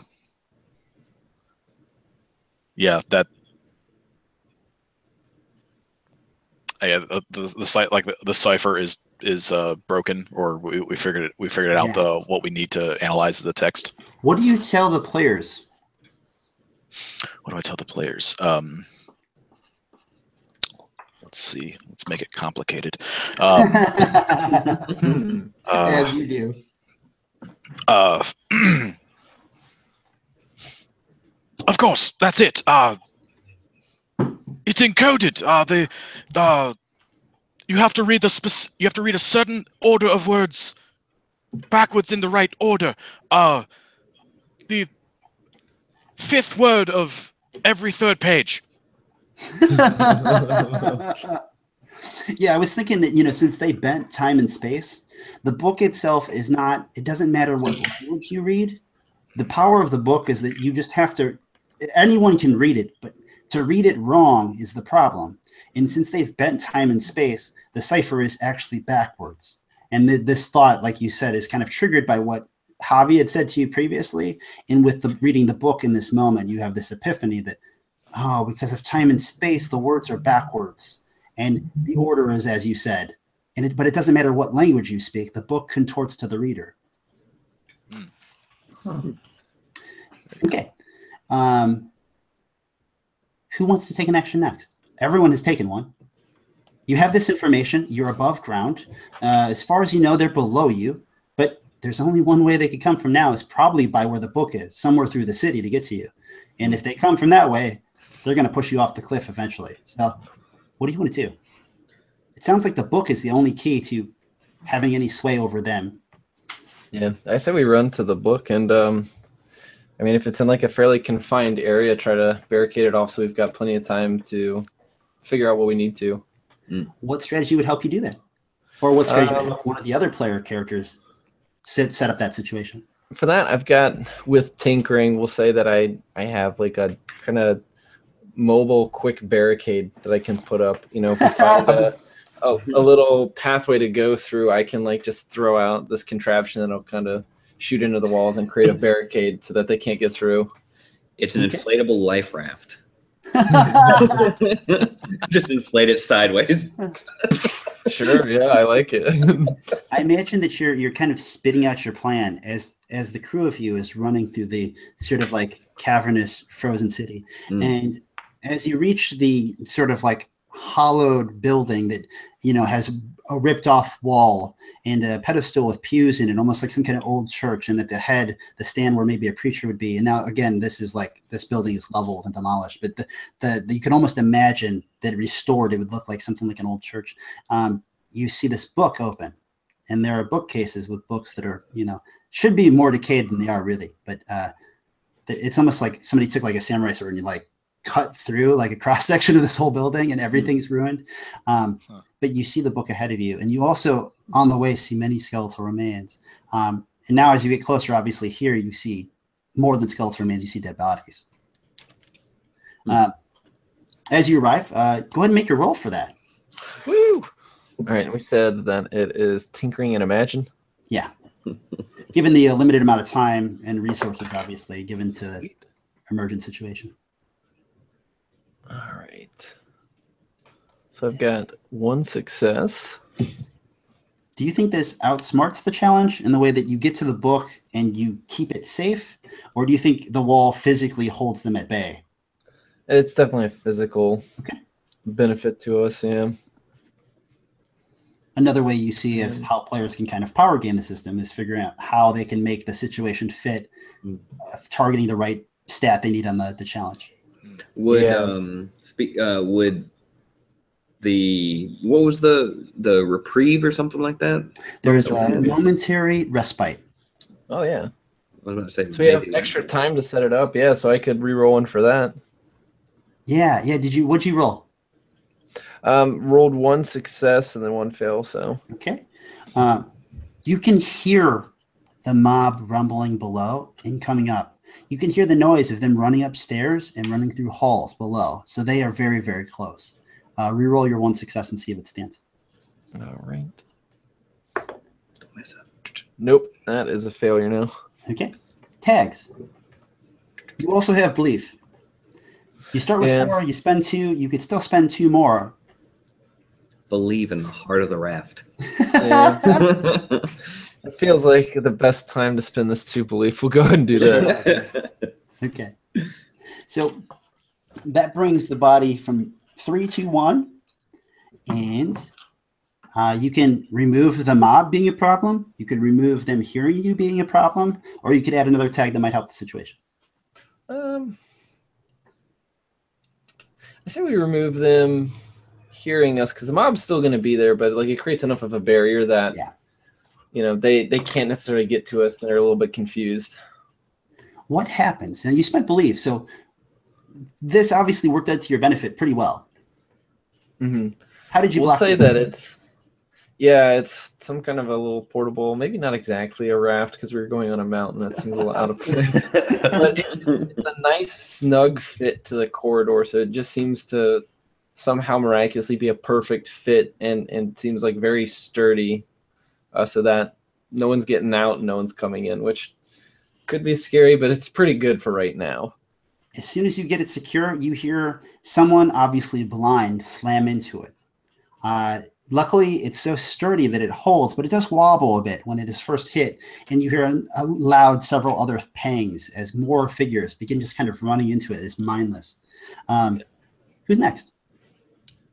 So we're in this chamber where all the skeletons and the dead bodies and everything is. And there's the book. I'm going to run up to the book, I guess. Now, running up to the book, you in particular have an interesting situation because your magic bunny actually has effects that the players haven't realized because it just didn't really come about. But the bunny itself has magic powers that counteract the magic of this area. So you getting up to it, you do have the possibility you could roll Imagine Magic Bunny, and the bunny may actually counteract the book to some degree. Okay. Of course, you could frame a different option if you want. That's just one option thrown to you that the guide knows that you don't. So, I was thinking that I was essentially going to be kind of yelling to Janice Hoplin as I'm running towards it. And I'll be like, all right, the tricks earlier were fine, but now we really need it. No, we got to do this, because I don't want to die. But as I'm doing it, what I'm going to do is I'm going to try to, I guess, just flip open the book and read as Old Man, what's his name, said? Doctor? Yeah. Doctor. Sorry. As Doc Holliday said. And but I'm essentially going to be doing it thinking that the rabbit is going to be helping me, but really the rabbit can't read. So I'm essentially going under the assumption that the rabbit is helping me, but I'm actually not going to be using the rabbit. Very fitting. Okay. Imagine Magic Bunny, I believe. Yeah. Oh, God. Oh, God. Imagine Magic Bunny. Almost like Imagine Dragon as well. We've created a lot of bands tonight. Yeah, right? Yeah. I have one success and one failure. Okay. We also do have momentary respite, and we know the cipher as tags you could use to help you. The only tag I have is the mob, and currently they are held at bay. So, okay. So just for a sure thing, could I just spin the belief to read the book properly? Because one of my milestones is to do real magic, and so out of character, I'm hoping that reading this book properly is going to do real magic. Awesome. So I'm just going to spin my belief to believe that this rabbit is helping me out, but really it's not. Okay. All right. So spending belief, given the time, this could defeat the body, but it's probably targeting a mind thing. But we're just going to, glance over that. So defeating the challenge, why don't you help take us home here? The interesting part, though, is that we have to tie in Jacob because it's actually Jacob's milestone. The translating the ancient tome. Oh, so cool. Jacob, he has the benefit of the cipher here.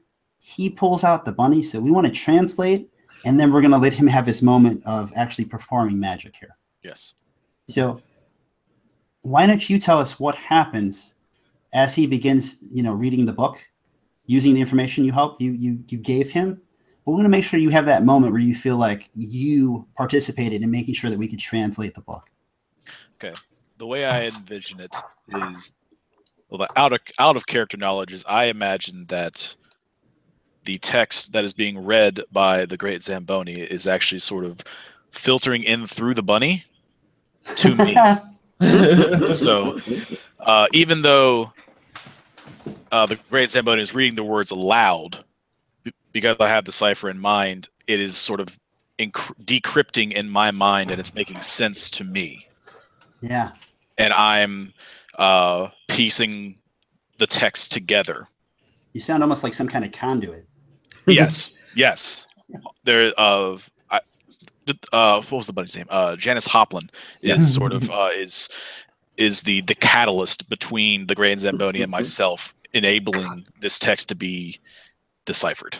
Does the rabbit jump out of a hat? Is it held between you? Is there some kind of magical energy suspending it in the air? She normally just kind of sits on my head, just under the hat, but she can hop out every once in a while or something. I could take off the hat for a moment and just set her on the pedestal next to me or something and let her just kind of look over or something.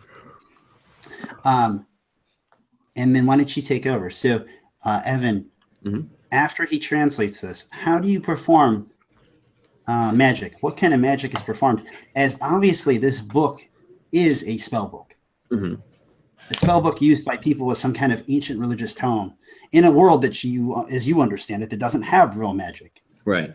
Put in the hands of a fake magician who may have real magic for once. I'm basically thinking that this is not necessarily actually going to perform real magic, but this is just going to convince if these, like, obviously I know these things can hear stuff. Yeah. So I'm thinking if they hear the words, they're just going to stop, like, following us. But really, it's actually going to be doing the magic. And so just in character-wise, I'm just reading this thinking it's going to make them go away. Yeah. But in the meta of the sense, it's actually going to create magic and essentially teleport, you know, because you said that they were kind of like time hoppers or the city itself. Yeah. Yeah, the city itself. It's basically going to blip that city from this time, essentially, and its inhabitants with it.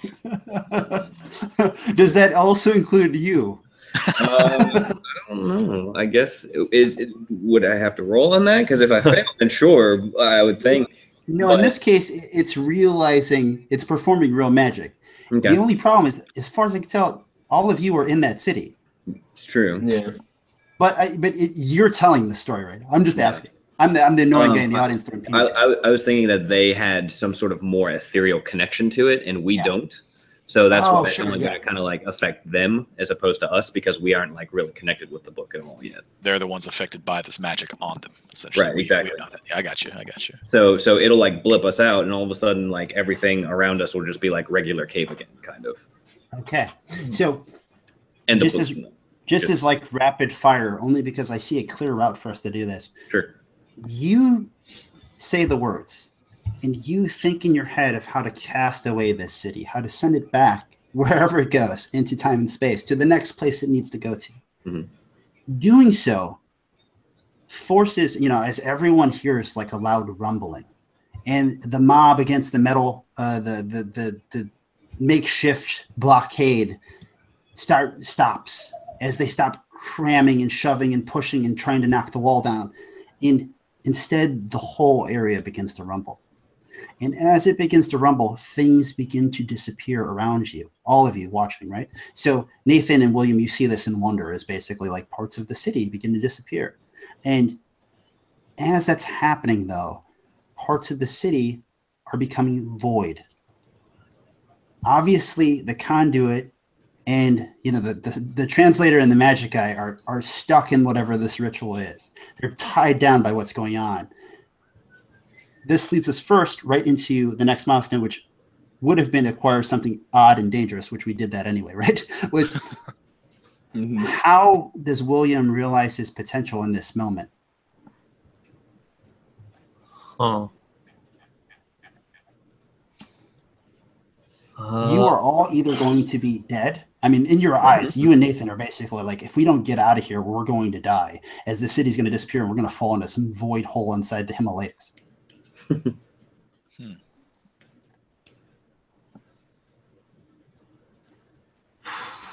And obviously for Samwell, you're going to be thinking in a minute that whatever he says is going to lead us to a choice that you're going to have to make. Yeah.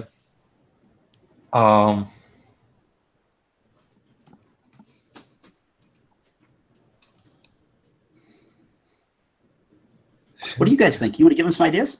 That's difficult, yeah. I mean, realizing the potential, like, you have very obvious real ties to it is possible to transport cities throughout time and space. So the person who comes back with that is, if you're going to be motivated by like wealth, like you're obviously going to be insanely rich because you have found this, and like people are going to want to be able to use that.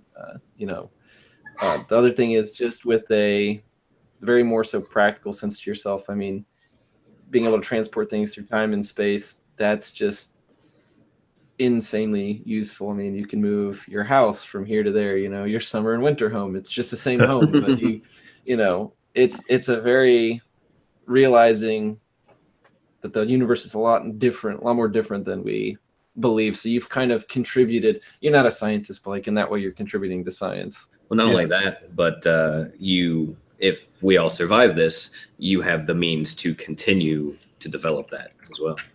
True. So you'd have that potential in the future to, kind of start advance. Tesla and SpaceX. And Jurassic Park. Yeah. Well, Is there, Connor, also, is there something character-wise that you wanted him to realize the potential with? Like one of your strategies? Is there some kind of skill set, or is there some kind of thing that you were thinking that he would, like he'd become a real adventurer now and save the day? Or yeah, that's sort of what I was going for. Because, I mean, you have the moment here where you could be like, all right, I got to find some way to get these guys out of here. Yeah. Or some that's way what to I'm get thinking. yourself out of there. In a more tangible sense, like you can kind of create a real threat. Maybe the mob's starting to break through the barrier as we're still deciphering, and you do something to kind of save the day. Helps like keep it propped up or something. Yeah. Holds the door. Holds the. That's a little more smaller scale than what we were just talking about, but it's well, you it's can a like different kind of route. direct him. Like you start pointing out different words to read on the book, and like it's zapping away the specific ones that are close to us. I don't know. Huh. I like the idea of wanting to keep this knowledge, this ability alive, right? If this book is part of this city, and the city is what's disappearing, it might be possible to keep the book with us and maintain this capability, and maybe prevent Xanadu from flipping around as it does, right? Yeah. Huh? But I don't know how throwing money at that can help. It's very fitting that this might be the moment that you don't throw money at the problem. Yeah. Hey, that's good. Your inner potential. Wait, money's not everything. You actually come up with a good idea and follow it through.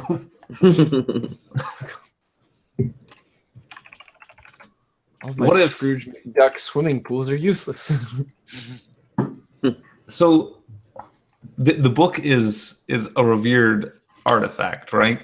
Yeah. You are a treasure hunter, so I guess it makes sense that, or you're a mystery adventurer, which I assume. Yeah. Maybe it's the emotional connection to these people that keeps it, that when on this pedestal keeps it from, it keeps it teleporting with them, right? There's that strong connection between them. Well, I have my family heirloom, which is a strong emotional connection for me.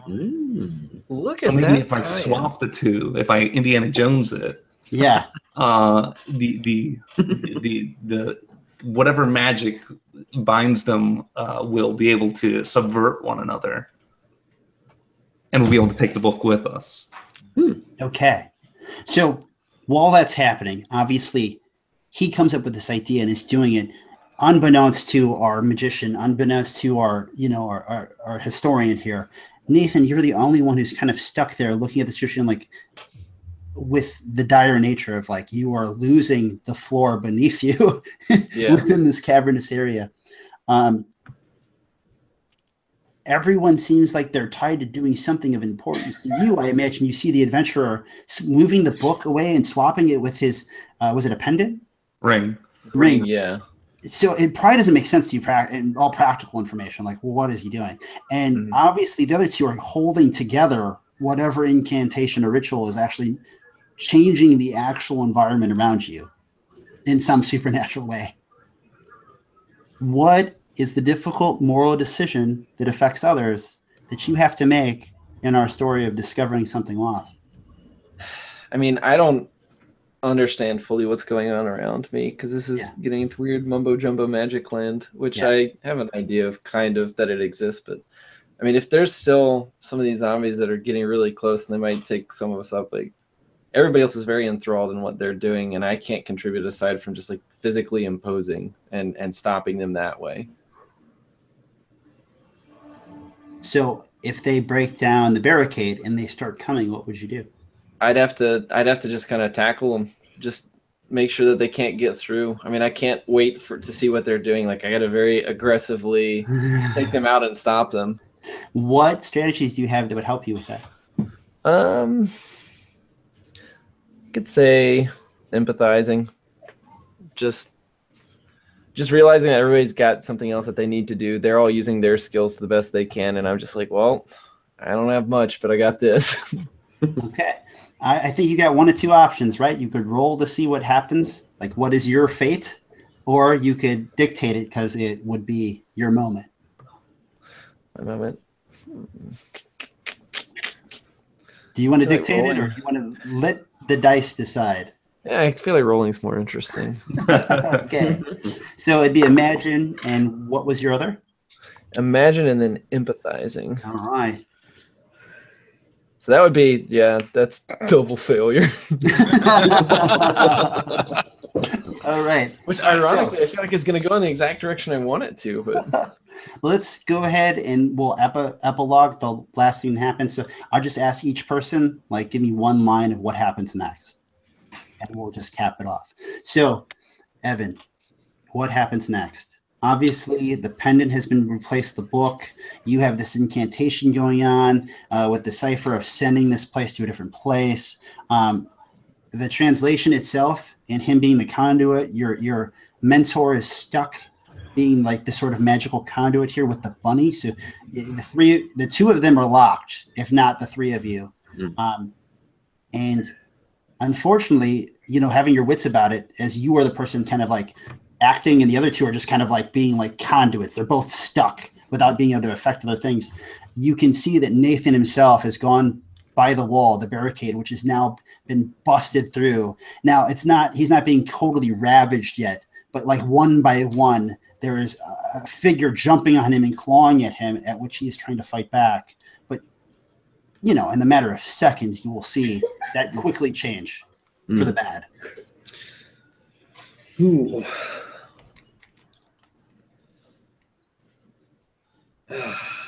That's not good. Well, it is also part of, he wanted there to be a difficult moral decision. Any tricks up your sleeve? Now, it doesn't have to be your character. Just one line of what happens next. Okay, one line of what happens next. And hopefully with the four of you, we will end the story.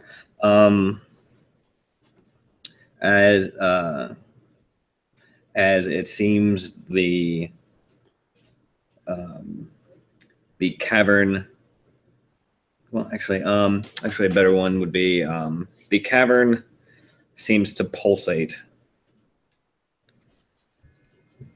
That's what I'm going to leave it. Okay. Jacob. Pulsing with magic. And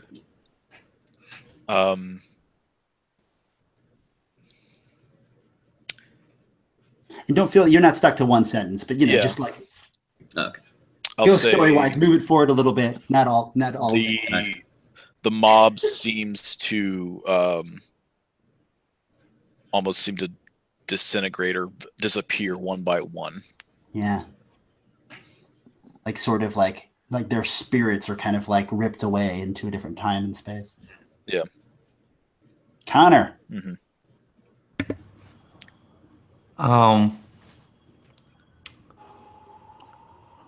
We don't know what happens with that ring in that book. It's true. The pedestal begins to fade away as the rest of the building has done, but the book itself remains firmly within grasp. And Samwell. Yeah. I don't know. I feel like with my proximity to all the things that are vanishing away, there's probably something wonky that happens. Probably something not good for me, but I feel like it can't be good. I rolled 2 failures, so it's your story. So I think Nathan Daniels is probably dead in some way. I'm just leaving it up to the imagination of everybody. I don't know if like I get sucked into the other time because like I'm that close to these other zombie things, or maybe we just don't get all of them fast enough before I get gored up pretty badly. I like the idea of, basically with the city disappearing, it leaves only like a thin sort of segment of like a ledge along the wall to get back. And obviously the amount of skill necessary, if anyone could even traverse it, is going to take time. And obviously the only way to buy them time would be, like you holding stall. off Yeah. for as long as possible. Yeah, I can go with that. That's they definitely aren't making it out of there unless I just very much so meat shield, and I don't have anything else in my bag of tricks for it. But your sacrifice allows them to cling to the wall, sneak away with the book in hand, sending away whatever ancient, horrible city that was Xanadu. And any final thoughts of anyone? Watch me make this city disappear.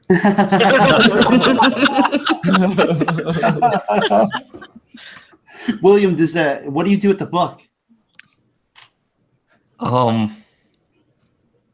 Well, I'm gonna turn to these two wizards. Apparently, Pay for wizards. That's what you get. and be like, "What else can you learn from this?" That seems like a fitting end. Because, right, the guy, the ambitious yet underskilled guy, after all that just happened, would be like, so what's next with the book? Yeah. Anybody else would be like, we lock it away forever. Yeah. He was like, well, now that we got it and the problem's solved, we can use it, right? My first friend died getting it, so Yeah. I like to think that, or either you're just like, Hey, right, now so we can try to use the book to go get him. Exactly. Yeah, That's right. yeah, You just that's think what I we was have to thinking. go back. We have to go back. Exactly. Wow. Those are the last words. We have to go back, and then just like the shocked looks of horror. Okay, guys. Sorry we ran over. The last thing we do in Dream Chaser, whether it's the end of a session or the end of a game, is we take a moment for gratitude. So every player thinks of a scene or a thing another player did that made their game better, awesome. Maybe it made them laugh. Maybe they thought it was really cool. Maybe it was something for them to do or riff off of that they loved. So each of you take a minute and think about what was something really cool that another player did that made the game better for you.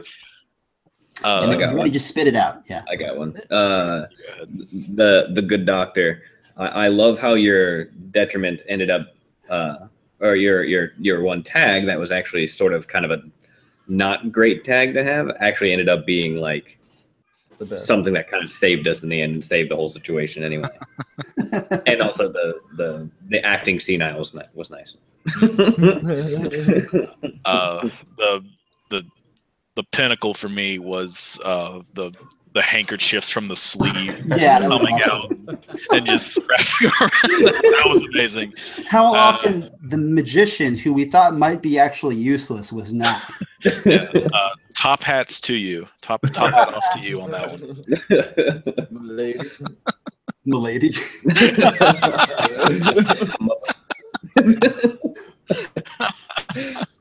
or I have to magician. Magician. Magician.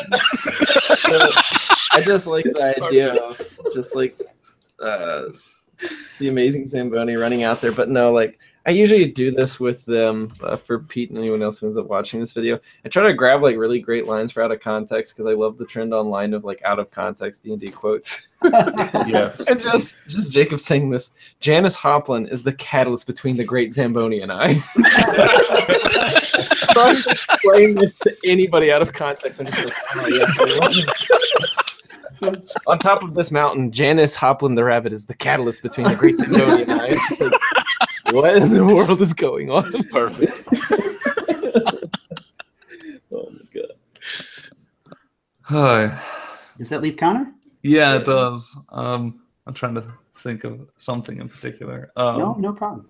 I feel like we all did a good job. Lots of laughs. I mean, everything everybody else mentioned was great. Yeah. I liked that. In particular, you, Pete, for the. You can't pick me. You can't pick me. Oh, okay. Well, I just wanted to something that. All right, well, I'll ignore it then. You can tell me I afterwards. really liked having I'm flattered to get you everywhere. That's right. having the chopped up trailer for the magician. So But props to you. Yeah. What was your favorite scene in which you saw as we played? Like, what was the scene that you saw that you were like, wow, I was there for a minute? I really feel like